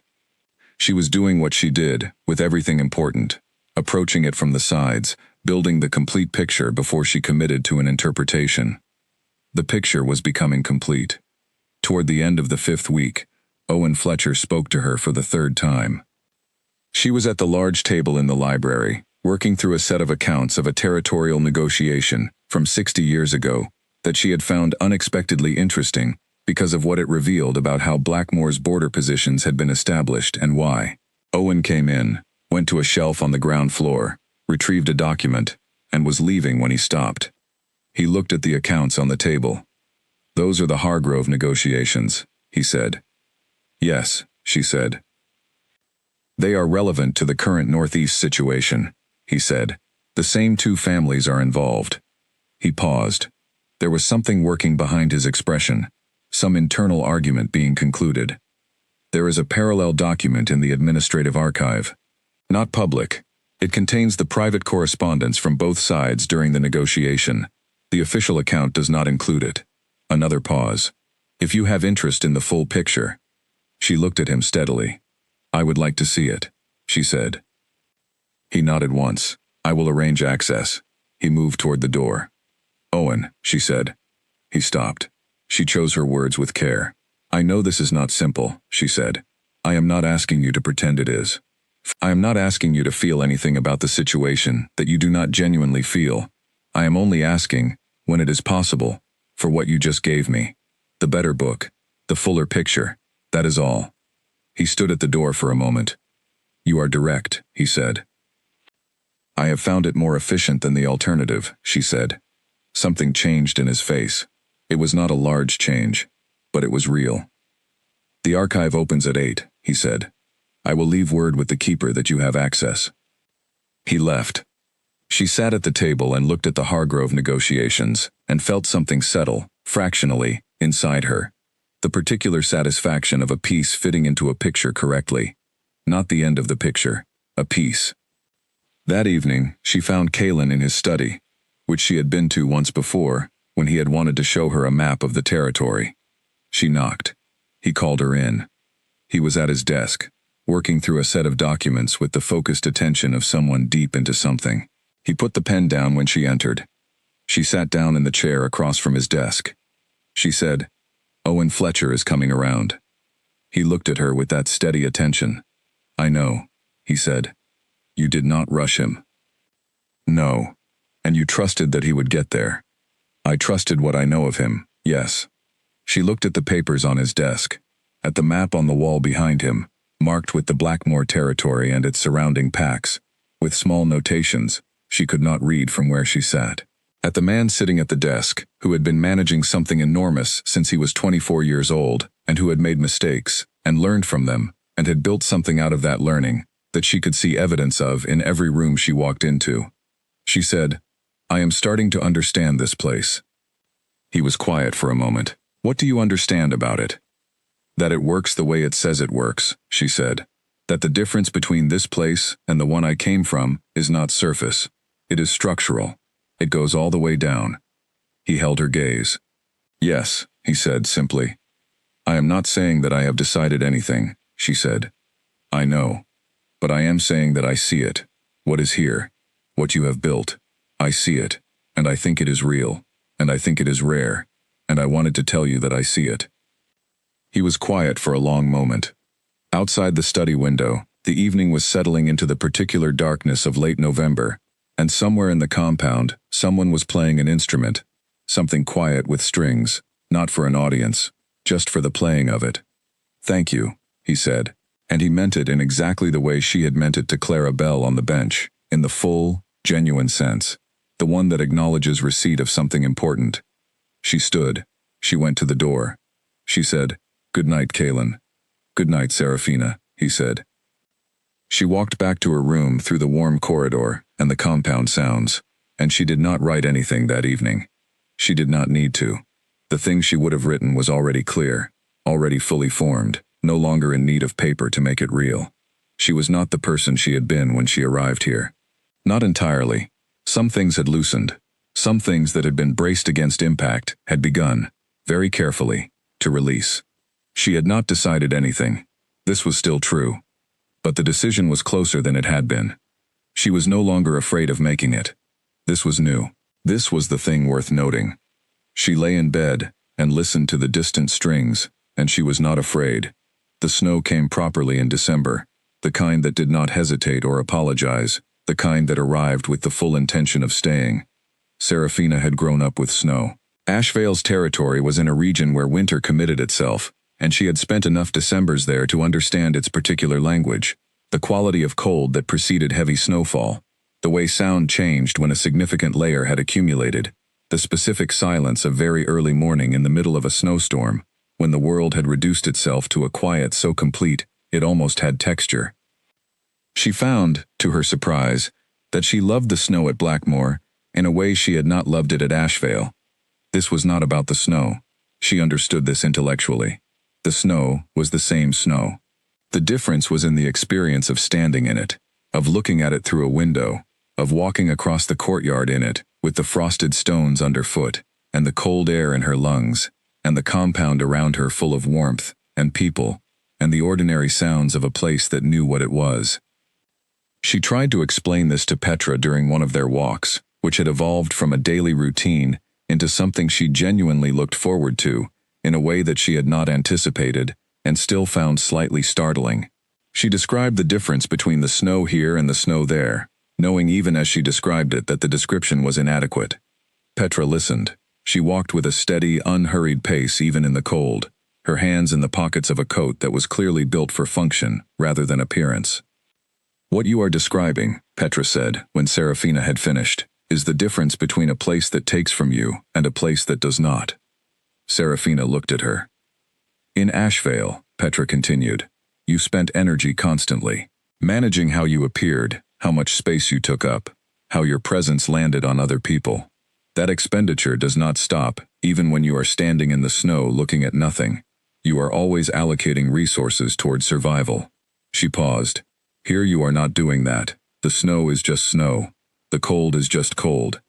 You can feel it as itself. Serafina walked in silence for a moment. That is exactly it, she said. How do you know that? I have been in this work for a long time, Petra said. I have seen people arrive from difficult places. The process is specific. There is always a point where they stop managing and start simply being, and it is always visible from the outside before it is fully visible from the inside. You can see it in me, Serafina said. Yes. What does it look like? Petra glanced at her. You walk differently than you did when you arrived. You still watch everything. That is not something that goes away quickly, and perhaps it should not go away entirely. It is a useful quality. But you walk without the particular arrangement of someone who is trying to take up the right amount of space. You just walk. Serafina thought about this. She thought about the person who had walked into Blackmore's courtyard 6 weeks ago. The specific physical arrangement of herself, the pulled-in quality, the weight distributed, as though she were always prepared to absorb an impact. She had not been conscious of it. It had been the default setting for so long that consciousness of it had stopped being necessary. I still do it sometimes, she said. Yes, Petra agreed. When something catches you off guard, you close up for a moment and then you open again. She glanced at Serafina again. The difference is how quickly you open again. It used to take longer. They walked on. The snow along the path was packed down by the morning's foot traffic, gray-white and solid. The trees beyond the compound walls were carrying their December weight, branches loaded, the whole landscape simplified into the essential shapes of things. Petra, she said. Yes. What do you think about all of this? About me being here? About, she gestured vaguely, meaning the whole of the situation. Petra was quiet for a few paces, which was her way of giving a question the seriousness it deserved. I think, she said, that Kaylin has been doing this work for a long time, holding this place together, making the decisions, being the person all of this depends on. A pause. I have watched him do it. He does it with everything he has, and doing it with everything you have, constantly, is sustainable only if there is something that is not about the work. Something that is only yours. Another pause. He has not had that. He has had the work, and he has had the people in it, which he values genuinely, and he has had this place, which he has built with great care, but he has not had someone who sees him as a person, rather than as a role. She stopped walking. Serafina stopped with her. They looked out over the field beyond the path, where the snow was unbroken and flat, and extended to the tree line in a wide, even expanse. You see him as a person, Petra said. I have watched you do it. Every time you encounter him, you are looking at him, not the position. Most people cannot do that. Most people look at the Alpha King, and see the Alpha King, and whatever they actually feel about him, is filtered through that title, whether they want it to be or not. She looked at Serafina. You look at him and see Kaylin. Whatever that ends up meaning for the two of you, that quality is rare, and it is exactly what he has needed. Serafina stood in the cold and looked at the unbroken snow and thought about what Petra had just said. She thought about the midnight courtyard. She thought about the way his expression moved through things she was learning to read, the particular shift from his working face to the something lighter that appeared occasionally. She thought about the meeting room sounds she had heard in the corridor, the voice pressing hard on points that mattered, and the voice that answered her questions in the library in the evenings, which was quieter and more interior and entirely different in quality. She had been watching a person. She had been watching all the faces of a person and assembling them into a complete portrait, the way she assembled complete pictures of everything that was important to her, piece by careful piece. The portrait was nearly complete. In the second week of December, Kaylin asked if she would walk the territory with him. Not a full patrol. The territory was too large for a casual walk, but an afternoon along the western boundary, which was the part that bordered the woodland she had crossed on the night she arrived. She said yes. They went on a Saturday, when the weather had cleared to the particular bright cold of a December day that had decided to be cooperative. The sky was a flat, pale blue, and the snow reflected light in a way that made everything slightly luminous, slightly more present than usual. She wore the coat that Petra had found for her in the second week, properly fitted, a dark green, the first item of clothing in years that had been selected with her in mind, rather than being a leftover or a correction. Kaylin walked beside her, not leading. She noted this. They talked as they walked. It was the longest continuous conversation she had had with him, and it moved through more territory than their previous conversations had. Less bounded by the specific purpose of information exchange, more willing to follow its own direction. He told her about the western boundary and why it mattered, not from a leadership perspective, but from a personal one. He had grown up on this side of the compound. He had run this boundary as a child, as a young man in training, as a new leader, trying to understand what he was responsible for. The land had specific memories attached to it, and he shared them with the ease of someone who has sorted through what they want to say, and found that what they want to say is honest. She told him things she had not told anyone in Blackmore. The library at Ashvale and its inadequate collection, the plants on the windowsill, the book organization system that made sense to no one else, the small, quiet ways she had made that narrow room hers over 4 years. She told him about the night she left, the plans she had made over 3 months, the border she had crossed without knowing it, the pull she had felt and followed. He listened with the complete attention she had come to recognize as one of his specific qualities, not the attention of someone waiting for their turn to speak, but the attention of someone who is genuinely taking in what they are hearing and letting it matter to them. What did it feel like? He asked. The pull. She thought about this, wanting to describe it accurately. Like something settling into a correct position, she said. Like I had been slightly misaligned for my entire life, and whatever was pulling was moving me toward the position I was supposed to be in. He was quiet for a moment. The bond works differently for different people, he said. For some it is immediate and overwhelming. For others it is very quiet, and you could almost miss it. He paused.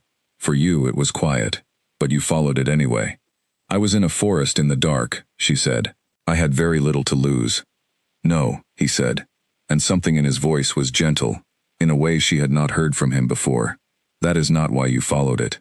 People with nothing to lose do not always follow things that feel uncertain. Sometimes they do the opposite. They hold on to what they know, because it is all they have. You followed something you could not explain, in the dark, in an unfamiliar place, because some part of you trusted it. She walked with this for a moment. I did not think about it as trust, she said. I thought about it as not wanting to override something that might be important. That is trust, he said. She looked at him. He was looking ahead, at the tree line where the boundary ran, and his profile was clear against the pale blue sky. She looked at him, the way Petra had said she looked at him, at the person, not the title. At the specific face of a specific individual who had been managing something large and important and difficult since he was too young for it, and who had, in the middle of all of that, held a very specific patience for 3 years, because he understood that the situation required it. She said, I want to ask you something, and I want you to answer honestly. I would answer any other way, only if I thought the honest answer would harm you, he said, and I cannot think of a scenario where that is true. Is any part of this, she searched for the right framing, is any part of how you have handled this a strategy, to create conditions that make me more likely to agree to the bond? He stopped walking. She stopped with him. He turned and looked at her directly, the way he looked at things he was taking seriously. Yes and no, he said. I thought about what you would need. I thought about your situation, where you had come from, what you had experienced. I arranged things to give you space and safety, because I believed you needed it. He paused. That was not a strategy in the sense of manipulation. It was an attempt to be genuinely considerate of what was true about you. The distinction matters to me. Whether it matters to you is something only you can determine. She looked at him. She thought about everything she had observed in 6 weeks. The structural honesty of the compound, the gathering, Owen Fletcher's careful offering of better resources, Clara Bell on the bench, Ruth in the library, Petra on every walk, the midnight courtyard and the stars. She said, It matters to me. He held her gaze. Something in his expression moved. Good, he said, quietly. The same single word he had said on the bench when she told him she was not leaving. They walked on along the boundary, and the snow was bright under the pale blue sky, and she was thinking about trust in the full sense of the word, not as a decision made once but as a conclusion reached through an accumulation of evidence, piece by careful piece, until the picture is complete and the interpretation is not in doubt. Her picture was nearly complete. She did not say this. She was not ready to say it. But she was walking beside him in the bright December cold, and she was not managing anything. She was not arranging herself. She was not calculating the cost of her presence. She was just walking. And it was, as Petra had said, just that. Ruth told her about the moon marked on a Thursday morning in the third week of December. In the same sidelong way, Petra delivered most of the information that mattered. Not as an announcement, but as something released into the ongoing conversation of a morning, allowed to find its own level. They had been sitting at the large library table, both of them reading, both of them making the small sounds of two people occupied with their separate work, but comfortable enough with each other's presence to make them without thinking. Ruth had been reviewing a document that was clearly administrative in nature, making small notations in the margins with a pen that had seen better decades. Serafina had been working through a text on the development of pack governance structures in the Northern Territories, which was dense but rewarding. Ruth set down her pen, looked at her document, looked at Serafina. "You're coloring," she said. "How did your pack explain it to you?" Serafina looked up. "They did not explain it. They mentioned it as a quality that made me unusual. Omen was the word that got used most often." Ruth made a small sound that was not quite contempt, but was in its neighborhood. "Omen is what you call something when you do not have the older knowledge," Ruth said. "It is the word of people who recognize that something is significant, but cannot account for why, and fill the gap with whichever explanation requires the least study." Serafina put her own book down. She had learned that when Ruth decided to say something in this direct, declarative way, it was worth setting everything else aside. "What is the older knowledge?" she asked. Ruth folded her hands on the table with the precision of someone who has been waiting to have this particular conversation, and has thought about how to begin it. "In the records that predate the current pack system by several generations," she said, "there are consistent accounts of individuals born with the coloring you have. White-haired, pale-eyed, skin without pigment. They appear across regions, across time, with no pattern of family or lineage. They cannot be bred for. They cannot be predicted. They simply arrive." She paused. "In the oldest accounts, they are called moon-marked. The moon-marked appear at significant junctures. They are not omens in the sense of predictions. They are catalysts. Their presence does not announce what will happen. Their presence makes certain things possible that would not be possible without them." Serafina looked at her. Ruth continued. "The moon marked in the oldest records are consistently found in situations of imbalance is not quite the right word. Think of it as a scale that has drifted slightly from center, year by year, without anyone being aware of the drift. The moon-marked arrive in those situations, and the drift corrects. Not dramatically, not through any act of power, through presence and influence, and the specific qualities that tend to accompany the coloring." "What qualities?" Serafina said. Ruth looked at her directly. The accounts described them consistently as clear-sighted. Not in the supernatural sense, in the precise sense. They see things as they are, not as they are presented. They are difficult to deceive, and even more difficult to manage, because the tools most commonly used to manage people, flattery, fear, social pressure, do not work on them in the usual way. She paused. They are also described as having the capacity to see people as complete, rather than as categories. To look at someone and perceive all of it, the complexity, without the usual reduction. Serafina was very still. She was thinking about the 22 years she had spent being called an omen, an abomination, a thing that made events feel unbalanced simply by attending them. She was thinking about what it would mean if the unbalanced thing had never been her at all. "The packs that use the word omen," she said slowly. "They are not wrong that the presence of a moon-marked person coincides with change. They are wrong about the cause." "Precisely," Ruth said. "They attribute the change to the person's presence as a disruption. The older knowledge suggests that the change was already coming, that the situation had already reached the point where correction was necessary, and that the moon-marked arrived because they are drawn to those situations. Not causing the disruption, facilitating the resolution." Serafina sat with this for a long time. She thought about Blackmore, which was a functioning and well-led place. She thought about Kalen, who was not a failing leader, or a broken system in need of rescue. She was not in the habit of forcing a story to fit itself around her. "Not every moon-marked is in a crisis situation," she said. "The accounts would not all be dramatic corrections. Some of them would simply be Completions, Ruth said. Yes, there are accounts of that category also. Situations that were functioning adequately, but were missing something specific. A precision that the moon-marked person carried. Something that made the difference between adequate and fully realized. Serafina looked at the table, at the books on it, at Ruth's pen with its decades of use. "Why are you telling me this?"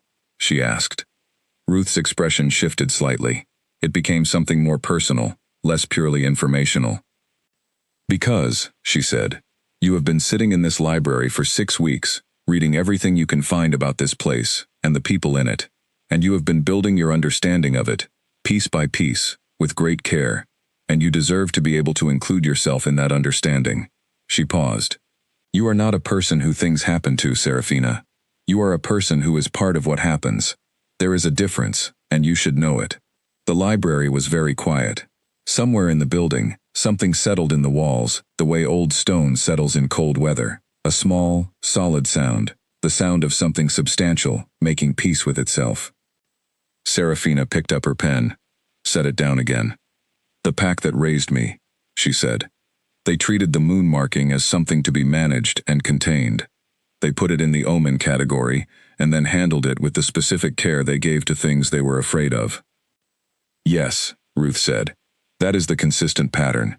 Packs that do not have the older knowledge encounter a moon-marked person and respond with the available framework, which is insufficiently equipped. The result is," she chose the word carefully, "suppression. Not deliberate cruelty necessarily. Suppression as a response to something not understood." Serafina thought about Hester and the communal den, about the warning she had received at 21 for looking at a beta's mate with too much confidence, about the meals that were timed, and the room that looked onto a wall. Not deliberate cruelty necessarily. She could accept this as accurate and still recognize the cost of it. "What I carry," she said. "The clear-sightedness. The quality of seeing people without reducing them. These are not special abilities. They are things I developed because I had to. They are things you developed in conditions that would have destroyed those qualities in most people," Ruth said. "You maintained them. That is the distinction." She left the library after that and walked outside into the cold without a coat, which she did not notice until Petra appeared from somewhere and put one around her shoulders, with the matter-of-fact competence of a person who has dealt with this specific situation before. She walked. She did not notice where she was walking. She was inside something large. She had spent her life being defined by her coloring as a problem. She had spent it understanding her own qualities as survival adaptations, useful, functional, developed out of necessity. She had never, in 22 years, had access to the framework that would have allowed her to understand herself as something other than a person who had survived despite the circumstances of her existence. The older knowledge said, "The circumstances of your existence are part of the point." She did not want to receive this as flattery. She was not built for flattery, and she did not trust it. She turned it over and looked at it from every angle and tried to find the place where it was an exaggeration or a construction. She could not find it. What she found instead was something quieter and more real, the specific resonance of a description that matches the actual shape of a thing. She had been described with many words over the course of her life, and most of them had been wrong, in ways she could feel, but not always articulate. This one landed differently. It did not feel like flattery. It felt like a measurement taken accurately for the first time. She found herself, after a while, at the western boundary. She had walked farther than she usually walked. The path ended here, at a wooden fence marking the territory's edge, and beyond the fence were the trees. The same trees she had crossed through on the night she arrived, identical from this side. She stood at the fence and looked at the trees. She had come out of those trees without knowing where she was, or why she had been pulled there. She had arrived in a clearing, and woken surrounded by wolves, and found nothing she expected, and everything she had not known she was missing. The moon-marked are drawn to situations where their presence makes a certain thing possible that would not be possible without them. She turned this over one more time. She thought about what she brought to this place, not as a designated role, not as a title or a function, as herself, the specific person she had become through 22 years of being the clearest-sighted person in a room full of people invested in not seeing clearly. She thought about the conversations she had had here, with Ruth, with Clara Bell, with Owen Fletcher. Even with Owen Fletcher, who had been working through his difficulty with her presence, and who had nonetheless pointed her toward better books and opened archive access, because the part of him that valued honest inquiry was stronger than the part that found her situation complicated. She thought about Kalen. She thought about Kalen and the way she had been trying to think about him carefully and honestly, stripping away the complicating factors, the bond, the power differential, the strangeness of the circumstances, and looking at what was actually there. What was there was a person she respected, not because of what he represented, or what he controlled, or what he had offered her. Because of what she had seen of him across 6 weeks of close and honest observation, the way he listened, the way he made decisions and accounted for them, the way he sat in a midnight courtyard alone, looking at stars, without performing solitude for anyone. The way he had asked what she wanted when the letter from Ashevale arrived. She had said, once, that she was not saying yes because of the bond. This was still true. She was not saying yes because of the bond. She was working toward something that was entirely her own. She walked back to the compound, through the December cold, and the snow was bright and the sky was clear, and when she came through the gate, Kalen was in the courtyard. He looked at her, and registered the coat and the direction she had come from, and asked, not with alarm, "How far did you go?" "The western fence," she said. "That is a long walk." "I had thinking to do," she said. He looked at her, with that attention that she had learned was not passive but active, the attention of someone taking in information and making something with it. "Ruth told you," he said. It was not quite a question. "Yes." She looked at him. "Did you know she was going to?" "I knew she had been thinking about it for several weeks," he said. "It was her decision to make, not mine." She thought about this, about the consistent approach, the same approach applied to Rory and Owen and Clara Bell, and now Ruth, the same principle of letting people arrive at their own decisions in their own time, the same underlying trust in individuals to know when the moment was right. "Did you know about the moon marked?" she asked, "before I came here?" "Yes," he said. "The older knowledge is part of Blackmore's archive. I have read it." "And you believed it applied to me?" "I believed the evidence I had, which suggested it. I did not tell you, because it was not mine to tell. It is knowledge about you. The right person to tell you was someone you had built enough trust with to receive it from." A pause. "And because I did not want anything about the situation to feel like it was framed to influence your decision about the bond." She stood in the courtyard and looked at the man who had known about the moon marked and had kept it from her deliberately, not to manipulate, but specifically to avoid it. "You are very careful," she said. "I have made enough mistakes to know what carefulness costs when it is absent," he said. She held his gaze. "I am going to make a decision soon," she said. He was very still. "I am not telling you when," she said. "I am telling you it is close, because I think you should know that." He looked at her for a long moment. "Thank you," he said. She went inside. She climbed the stairs to her room, and she stood at the window that looked onto the courtyard, and she watched the empty space below, and she felt the last of the fear that had been her companion for so long. It had become a kind of furniture, the fear of wanting something and having it taken, of trusting something and finding the foundation was rotted through, of arriving somewhere good and discovering the good was conditional.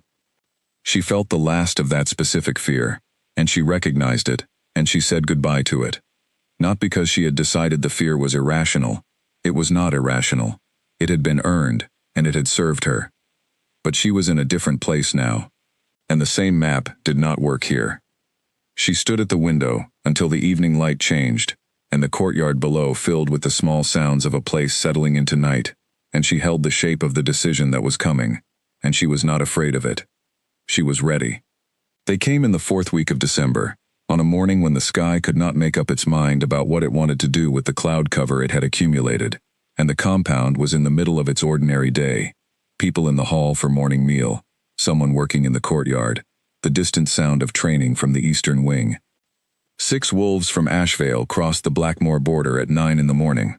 Elliot, Kalen's assistant, brought the news to the library, where Serafina was working. He knocked on the doorframe. She had come to appreciate this about Elliot, that he knocked even on open doors, the courtesy of a person who understood the value of not surprising people, and said, simply, that there was a delegation at the main gate, and that Kaylin was asking whether she wished to be informed. She set her book down very carefully. The care was involuntary, her hands doing a thing her body understood before her mind had finished processing what she had just heard. "From Ashvale," she said. Not a question. "Yes," Elliot said. She sat for a moment. Outside the library window, the undecided sky had settled temporarily on a thin, colorless light that made everything outside look like a sketch rather than a finished picture. "Who leads them?" she said. "A male named Darren Holt," Elliot said. He presented himself as the senior beta. She knew Darren Holt. She knew him the way you know people you have been careful around for years, not intimately, not because you chose to, but because circumstances required a detailed working knowledge of someone whose opinions and moods could have direct effects on your life. Darren Holt was Bernard Cross's primary enforcer, the person who translated the Alpha's decisions into consequences for the people below him. He was not stupid. He was not randomly cruel. He was competent at what he did, and what he did was manage situations on behalf of a leadership that preferred its problems handled before they became visible. She understood, the problem Darren Holt had come to handle. She stood up.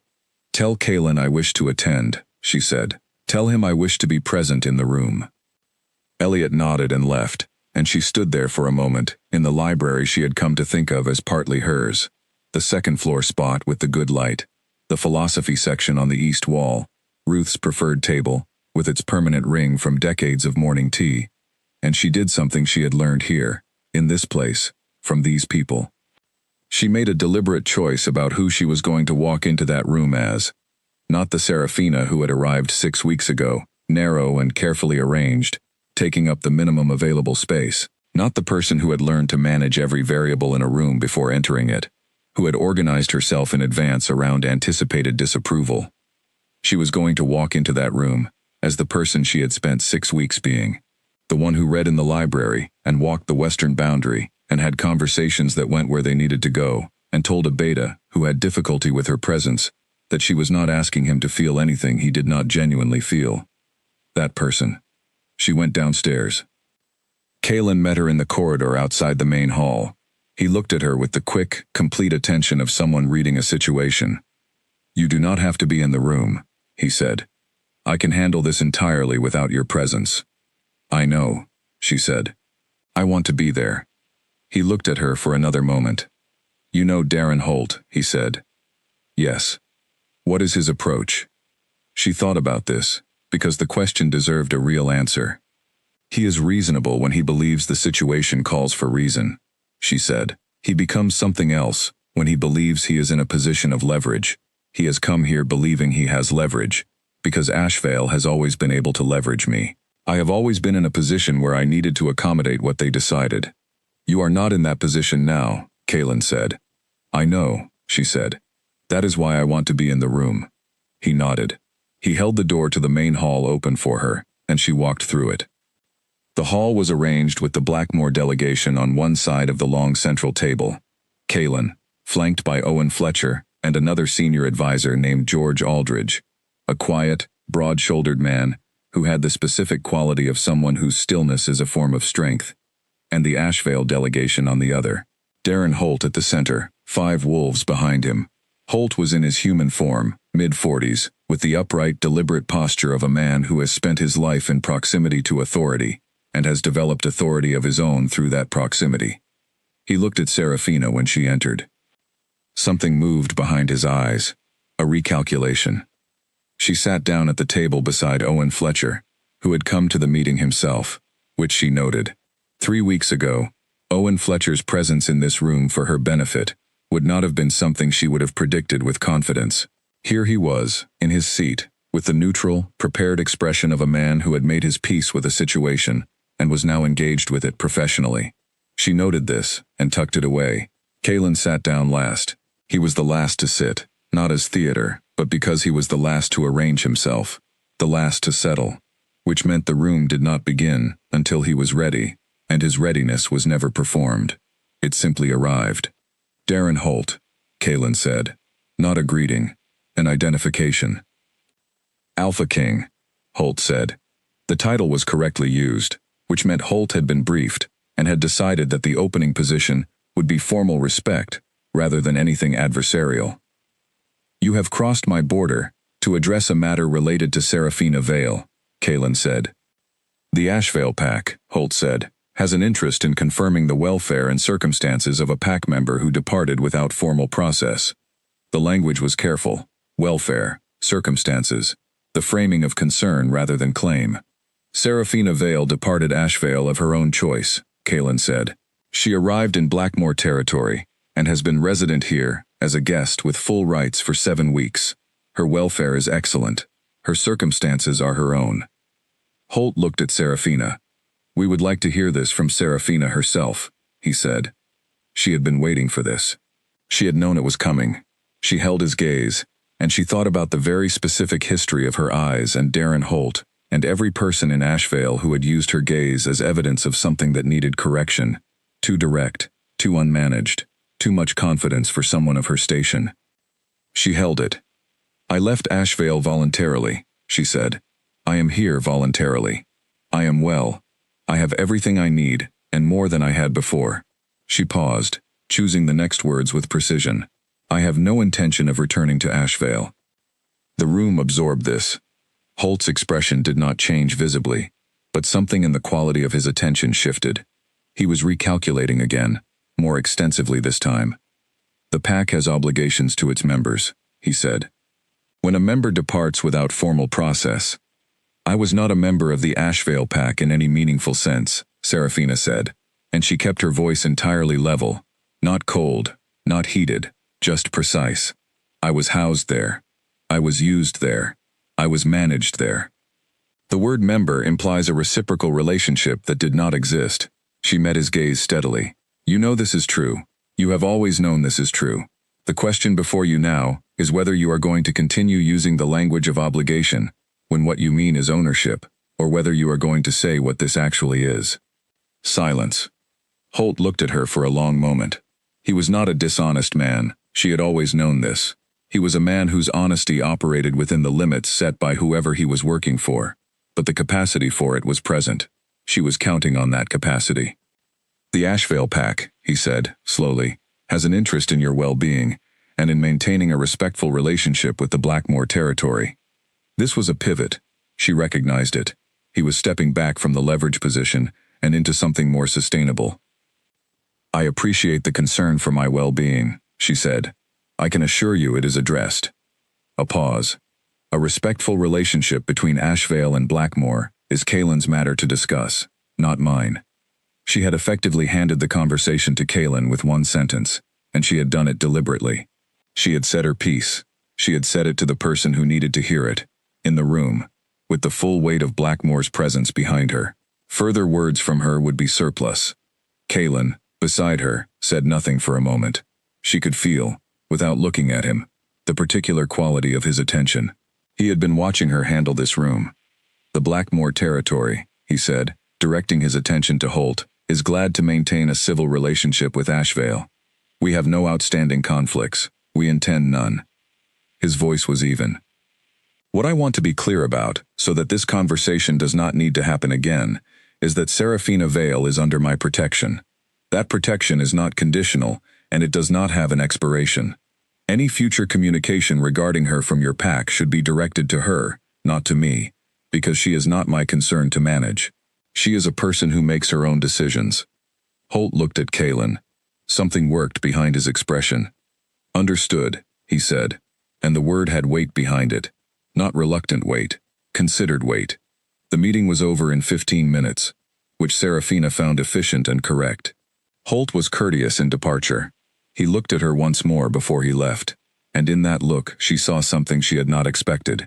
Not the managing assessment she was used to from him, but something closer to a genuine seeing. A person looking at a situation and updating their picture of it. Take care of yourself, he said to her, and it was, she thought, the first time in their acquaintance that he had said anything to her that was entirely without function. I will, she said. He left with his delegation. The room emptied behind him. Owen Fletcher, walking out, paused beside her and said, quietly, efficiently handled, which was the highest praise she had heard from him, and which she received accordingly. George Aldridge, at the door, turned and gave her a look that contained simple, clean respect. She stood at the end of the long table in the quiet hall, and the undecided sky outside had made its decision while they were in the room. Snow, again, falling in the steady, unhurried way of weather that has nowhere to be, and every reason to continue. Kaylin was beside her. "How do you feel?" he asked. She looked at the snow through the window. She looked at the empty chairs on the other side of the table. She looked at the room from which Darren Holt had departed with a different understanding of the situation than the one he had arrived with. She looked at her own hands on the table. Still, not arranged, just her hands. "Free," she said. The word landed in the quiet of the room and stayed there, simple and accurate, and not in need of anything added to it. Kaylin looked at her. She looked back. Outside, the snow fell on. She found him 2 evenings after the Asheville delegation left. She had been carrying the decision for longer than she had admitted to herself, and the meeting with Darren Holt had not been the cause of it. It had been the last piece of information she needed, not because it revealed anything she had not already known, but because it showed her who she was now, in relation to what she had been. She had sat across the table from the mechanism of everything that had been wrong about her life for 22 years, and she had not been afraid of it. She had not been managed by it. She had spoken the truth plainly and clearly, and she had been seen, in that room, as a person who had the standing to speak it. She had needed to know she could do that before she made this choice. Now she knew. She found him in his study at the end of the evening, when the compound had moved into its quieter hours, and the corridors had the particular feel of a place in which most of the activity had relocated inward. The light under his door was on. She knocked. "Come in," he said. She went in. He was at his desk, but he was not working. The papers were there, but not in the configuration of active work. More the configuration of someone who has been sitting with their thoughts, and the papers are simply present, without being the focus. He looked at her when she came in, and something in his expression sharpened, became more alert, in the way a person becomes alert when something they have been waiting for appears. He did not say anything. He was giving her the room. She sat in the chair across from his desk. She looked at him for a moment without speaking, and he looked back, and the silence between them was not uncomfortable. They had moved past uncomfortable silence several weeks ago. What existed between them now was something she had come to value specifically, the silence of two people who have figured out that they do not need words to fill every moment, that the moments are complete without them. "I have something to say," she said. "I know," he said. She took a breath, not from nerves, though there were some. The particular alertness that comes before doing something important, that is not quite fear but is first cousin to it. This was different. This was the alertness of someone doing something intentional and real, something with weight, and wanting to do it right. "When I left Asheville," she said, "I left because I had done the arithmetic.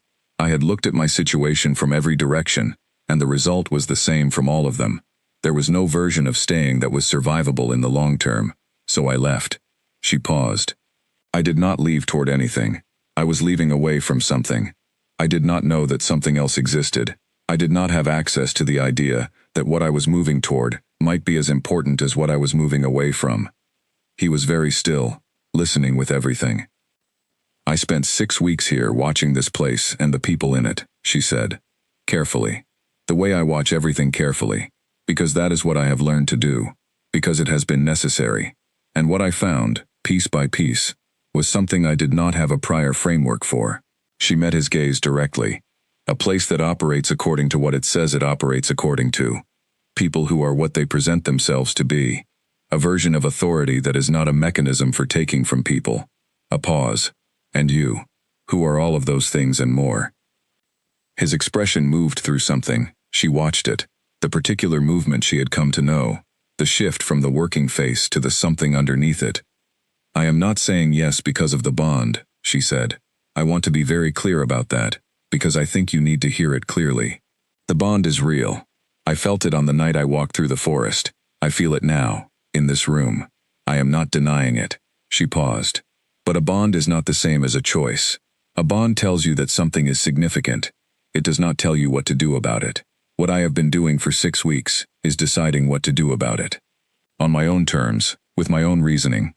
He nodded, once. He understood the distinction. She knew he did. My answer, she said, based on what I know, and what I have seen, and who I have found you to be. My answer is yes. The room was very quiet.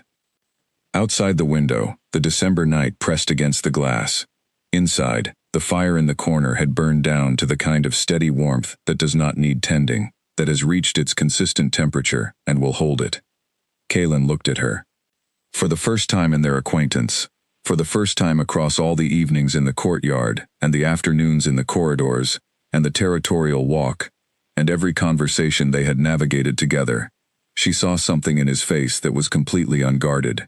Not the working face, not the lighter quality that appeared sometimes, not the deliberate calm. Something that had been held in reserve for a very long time, behind all of those, waiting. Relief, and beneath that, something that did not have a word smaller than everything. I have wanted to hear that, he said, and his voice was different in a way she could not fully categorize, quieter and more interior. For 3 years. I know, she said. I am sorry it took time. Do not be, he said. The time was the point. I always understood that. She looked at him. She thought about the man who had sat in a midnight courtyard alone looking at stars, and the man who had managed 7 packs through difficulty and mistake and correction, and the man who had asked her what she wanted when the letter from Ashvale arrived, and the man who had said she could leave at any time, and had meant it. She thought, I see you, all of it, the complexity of it, and I am not reducing any of it. She said this because she had learned here, in this place, that keeping things in her head when they needed to be said was a habit from a time when saying things had costs she could not afford. The cost was different now. I see you, she said, not the role, not what you represent. You, and what I see is someone I want to know more of, for a very long time. He stood up from behind the desk. He crossed the room, and he sat down in the chair beside hers, and he looked at her from that close proximity, which was different from across the desk, closer, more present, the space between them, reduced to something that felt deliberate and important. Can I ask you something? He said. Yes.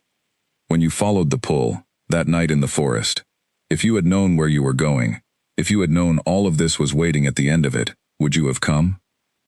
She thought about this honestly. I think, she said slowly, that I would have been more afraid if I had known. I would have been carrying the knowledge of what was at stake, and I would have managed around it the way I managed around everything important. I might have talked myself out of it. She looked at him. I came because I did not know, and I stayed because of what I found when I got here. Which was a place where I could see clearly, she said, without having to manage what I saw in order to survive it. He looked at her for a long moment. The fire in the corner held its steady warmth. Outside, the night had fully committed to itself. There will be things we have not yet reached, he said. Decisions that will be difficult. Situations we cannot fully anticipate. He said this without apology, as a fact. I will not always handle everything correctly. I know, she said. Neither will I. But you understand what this place is, he said. What I am trying to do here, and why. I have read the records, she said, and the quality of her voice had moved into the lighter register, the one she used with Petra sometimes, with Clara Bell, the one that had room in it for things that were slightly, carefully funny, in considerable depth. Something in his expression did the thing she liked, that genuine, unperformed shift toward the lighter. Ruth said you had gone through the governance archives in the first 3 weeks. Ruth says a great deal of things to you that she tells to no one else, Serafina observed. She is a very direct woman, he said. She told me about the moon marked, Serafina said.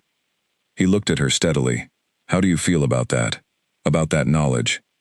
She thought about the afternoon in the library. The specific feeling of a description landing accurately for the first time. The feeling of being measured correctly. I feel, she said, like a map of myself that was drawn wrong for 22 years was redrawn correctly. She paused.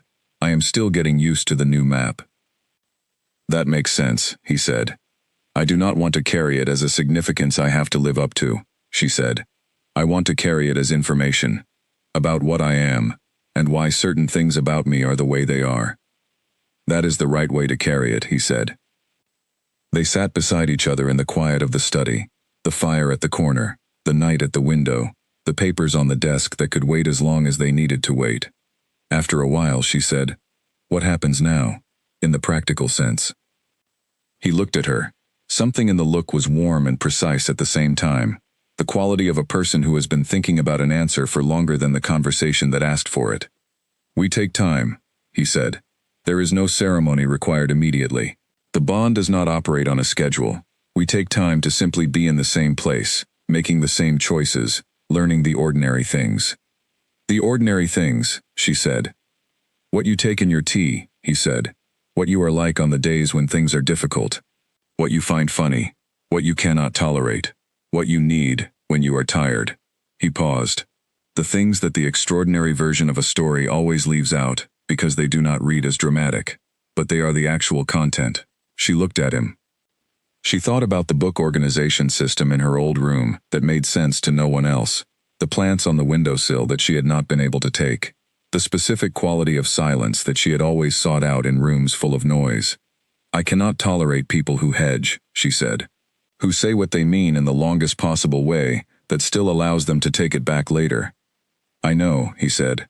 "I noticed. And I take my tea without anything in it." "I will remember that," he said. "What can you not tolerate?" she said. He thought about this, with the same seriousness he brought to most things. Decisions made by people who are more concerned with how the decision looks than with what it actually accomplishes, he said. "It produces terrible outcomes and takes twice as long." A pause.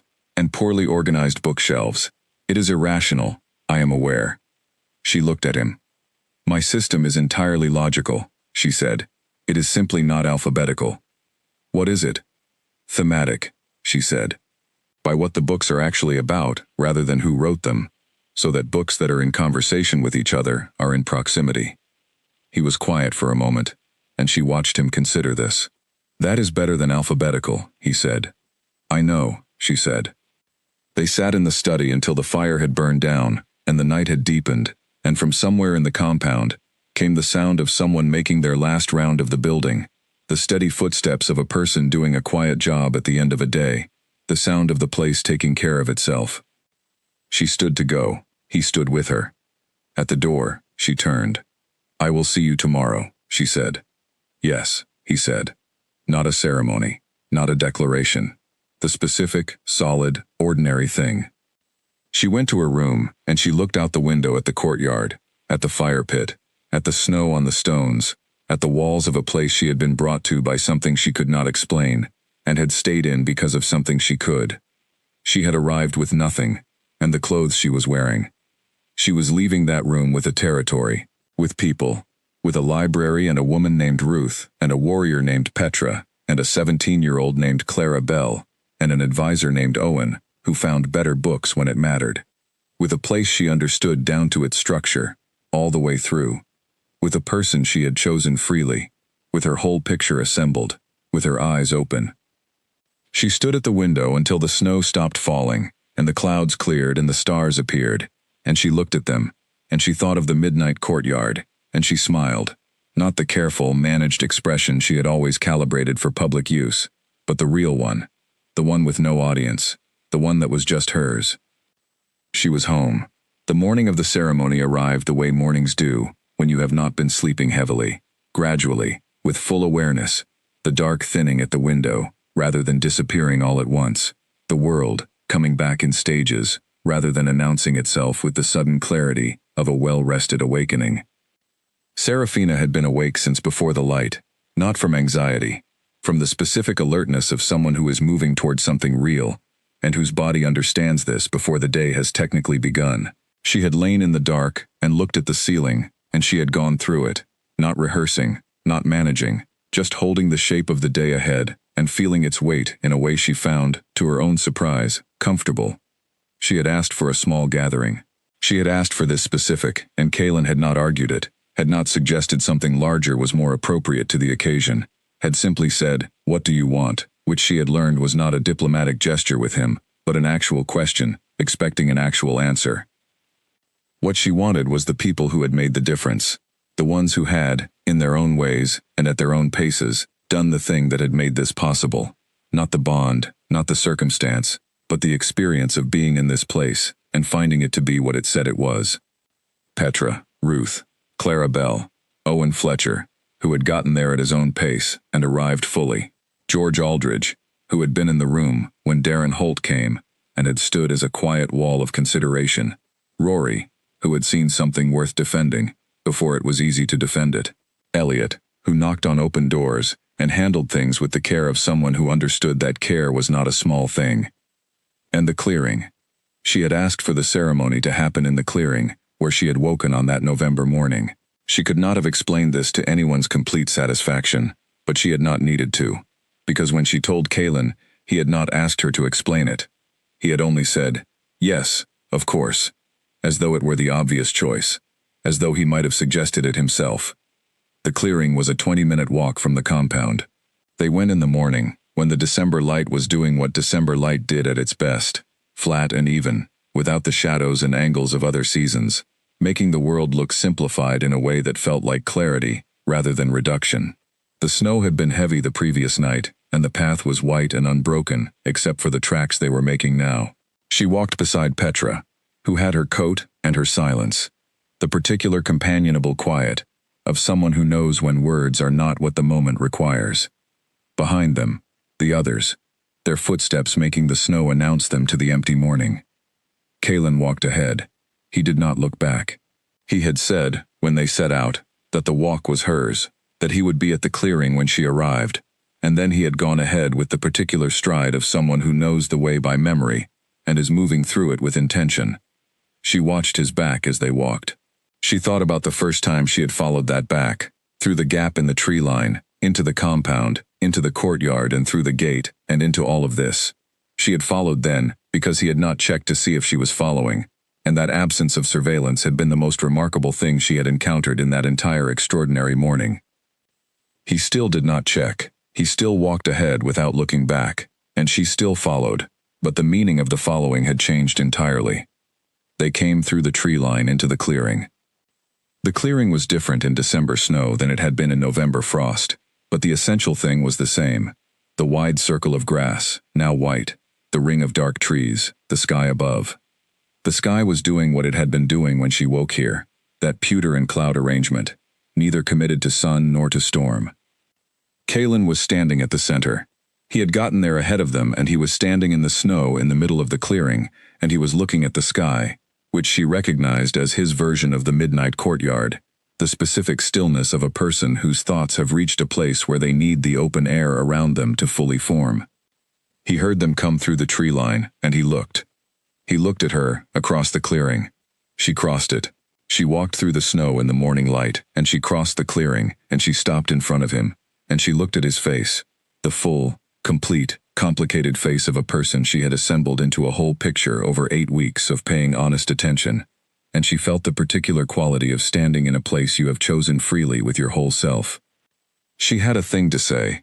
She had not planned the words exactly. She had thought about the approach and the honesty of it, and she had trusted herself to find the right language when the moment arrived, because she had always been, at her core, a person with good access to the right language when it mattered. 8 weeks ago, she said, I woke up in this clearing, and I did not know where I was, or why I was here. I did not know your name. I did not know this place. I had come from a situation that had taught me very specific things about what the world was, and how it worked, and what I could expect from it. She looked at him steadily. Everything I had been taught was wrong. Not completely wrong. There were reasons I learned what I learned, and they were real reasons.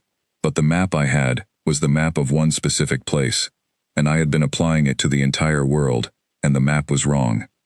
He listened with everything. I found a different world here, she said. One where the map I had did not apply, and I did not know what to do with that at first, because having the wrong map and knowing it still feel very similar from the inside.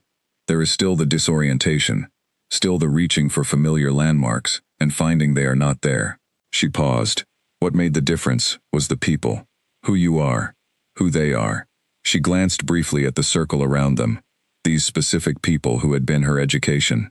What you showed me, not told me, showed me, was that the world I had mapped was not the only world. That a different kind of place was possible and real, and not a story people told to make difficult circumstances easier to tolerate. A crow landed at the edge of the clearing, black against the white snow, and regarded them with its specific corvid attention for a moment before lifting off again. "I am choosing this," she said, "with complete information and complete awareness. Not because something is pulling me toward it that I cannot resist. Not because it is the best available option. Because I know what this is, and I know what you are, and I want it. All of it. The ordinary version, the tea and the arguments about bookshelves and the decisions that will be difficult, and the extraordinary version, which is simply this." She looked at him directly. "Being here. Being seen. Being in a place that sees me back." Kaelin looked at her. She had seen his face in many configurations now. She had seen the working face, and the meeting face, and the midnight courtyard face, and the brief, unperformed lightness that appeared in his expression, sometimes without announcement. She had seen the face he wore when he was making a decision he knew would cost something, and was making it anyway. She had seen his face in the corridor at the end of long days, and in the library, when she asked him something he found worth thinking about. What she saw now was something that contained all of those, and was also different from all of them.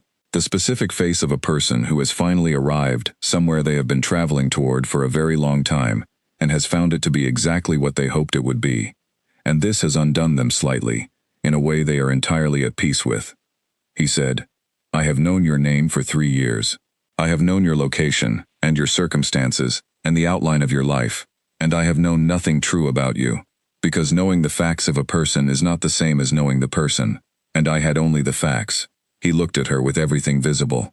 "In 8 weeks, I have learned more of who you actually are than 3 years of facts ever told me. And what I have learned is that every piece of it, the careful watching, the honest language, the way you read a room from the doorway, the book system that is thematic rather than alphabetical, all of it is someone I want to be in a room with. All of it." He reached out and took her hands. She let him. His hands were warm, which struck her as significant in a way she could not fully articulate. In the December cold of the clearing, his hands were warm. She held them, and she felt the full present tense reality of the moment. The snow under her feet, the circle of people around them, the trees, the pewter sky, the crow somewhere in the distance making its dry announcement. This clearing, this place where she had woken not knowing where she was. The center of the map.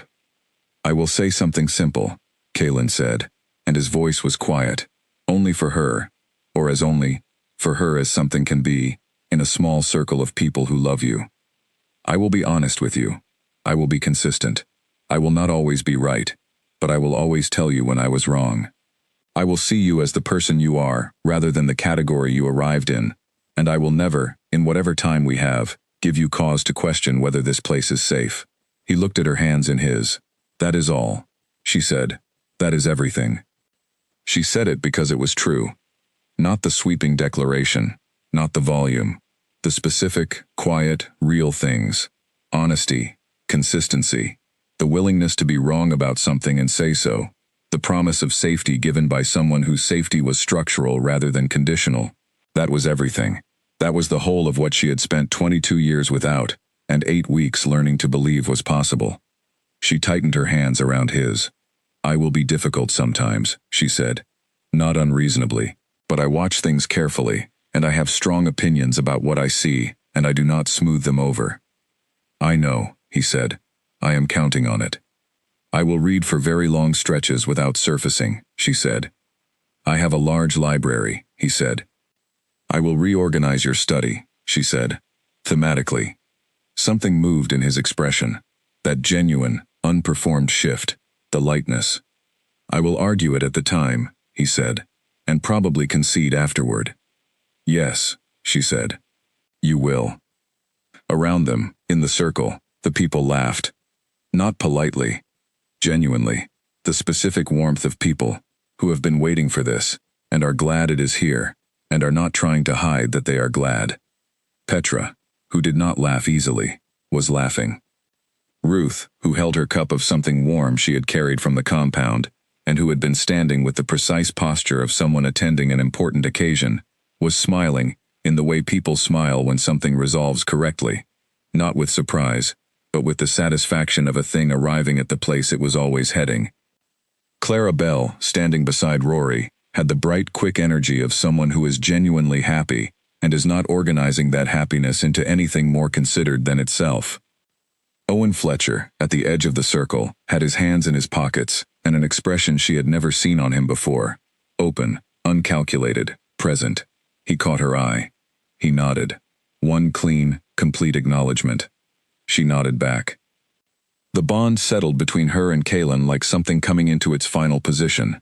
Not with drama, not with the overwhelming quality she had read about in the old texts, but with the specific quality of something that had been slightly misaligned for a very long time, finally reaching the place it was made for.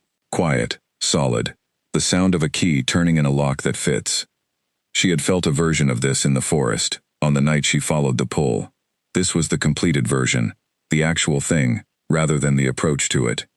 She looked at the man holding her hands. She thought, I know you. Not completely. She would spend years learning the rest of it, and the rest of it would be the actual content of everything. But she knew the essential shape of him, the things that mattered, the structure of what he was. She thought, I am known. Not completely either, but the beginning of it, the honest beginning, which was more than she had had before in any room she had ever occupied. The ceremony, such as it was complete. They walked back to the compound through the December morning, the same path, the same snow, the same trees, and the sounds of the gathering moved around them. Conversation, the crunch of footsteps, Clara Bell saying something to Rory that made him laugh, Petra walking with her characteristic steadiness, Ruth with her cup.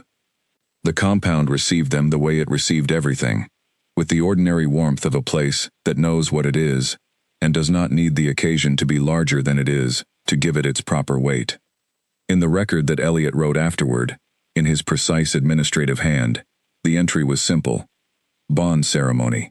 Serafina Vale and Kaylin Morrow, conducted in the Western Clearing. All present witnesses acknowledged. Bond confirmed. Underneath this, in a different hand, Kaylin's, added after the formal entry had been completed, were 4 words. She came here herself. He had written this, and let it stand as the truest thing about the whole of it, the thing that mattered most, the thing that made everything else possible, the thing that no one who had known her story from the outside would have been able to fully understand, unless they had been in the clearing on that November morning, when the wolves were watching, and the sky was gray, and a white-haired woman opened her eyes. She had come here herself, not pulled, not pushed, not managed into it or arranged into it, or left with no other option. She had followed something she could not explain in the dark, through unfamiliar territory, alone, and she had arrived. And she had been found, and she had chosen to stay. In the library, on the 2nd floor, in the thematic philosophy section, the books she had been reading when Elliot knocked on the door with news of a delegation from Ashvale sat in their original positions on the shelf. She had put them down in the middle of a line of thought and had not gone back to them. She went back the day after the ceremony. She found her place. She read.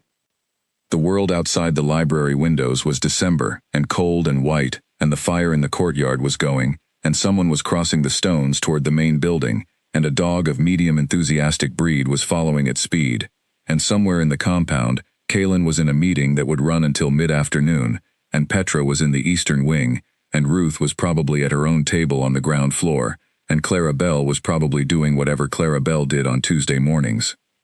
And Serafina Vale, who had been born in the wrong place to parents who could not keep her, who had grown up, narrowed down to the minimum version of herself, who had crossed a border in the dark following something she could not name, who had woken surrounded by wolves and walked into a life she had not known was possible. Serafina Vale was in the library. Reading. Home.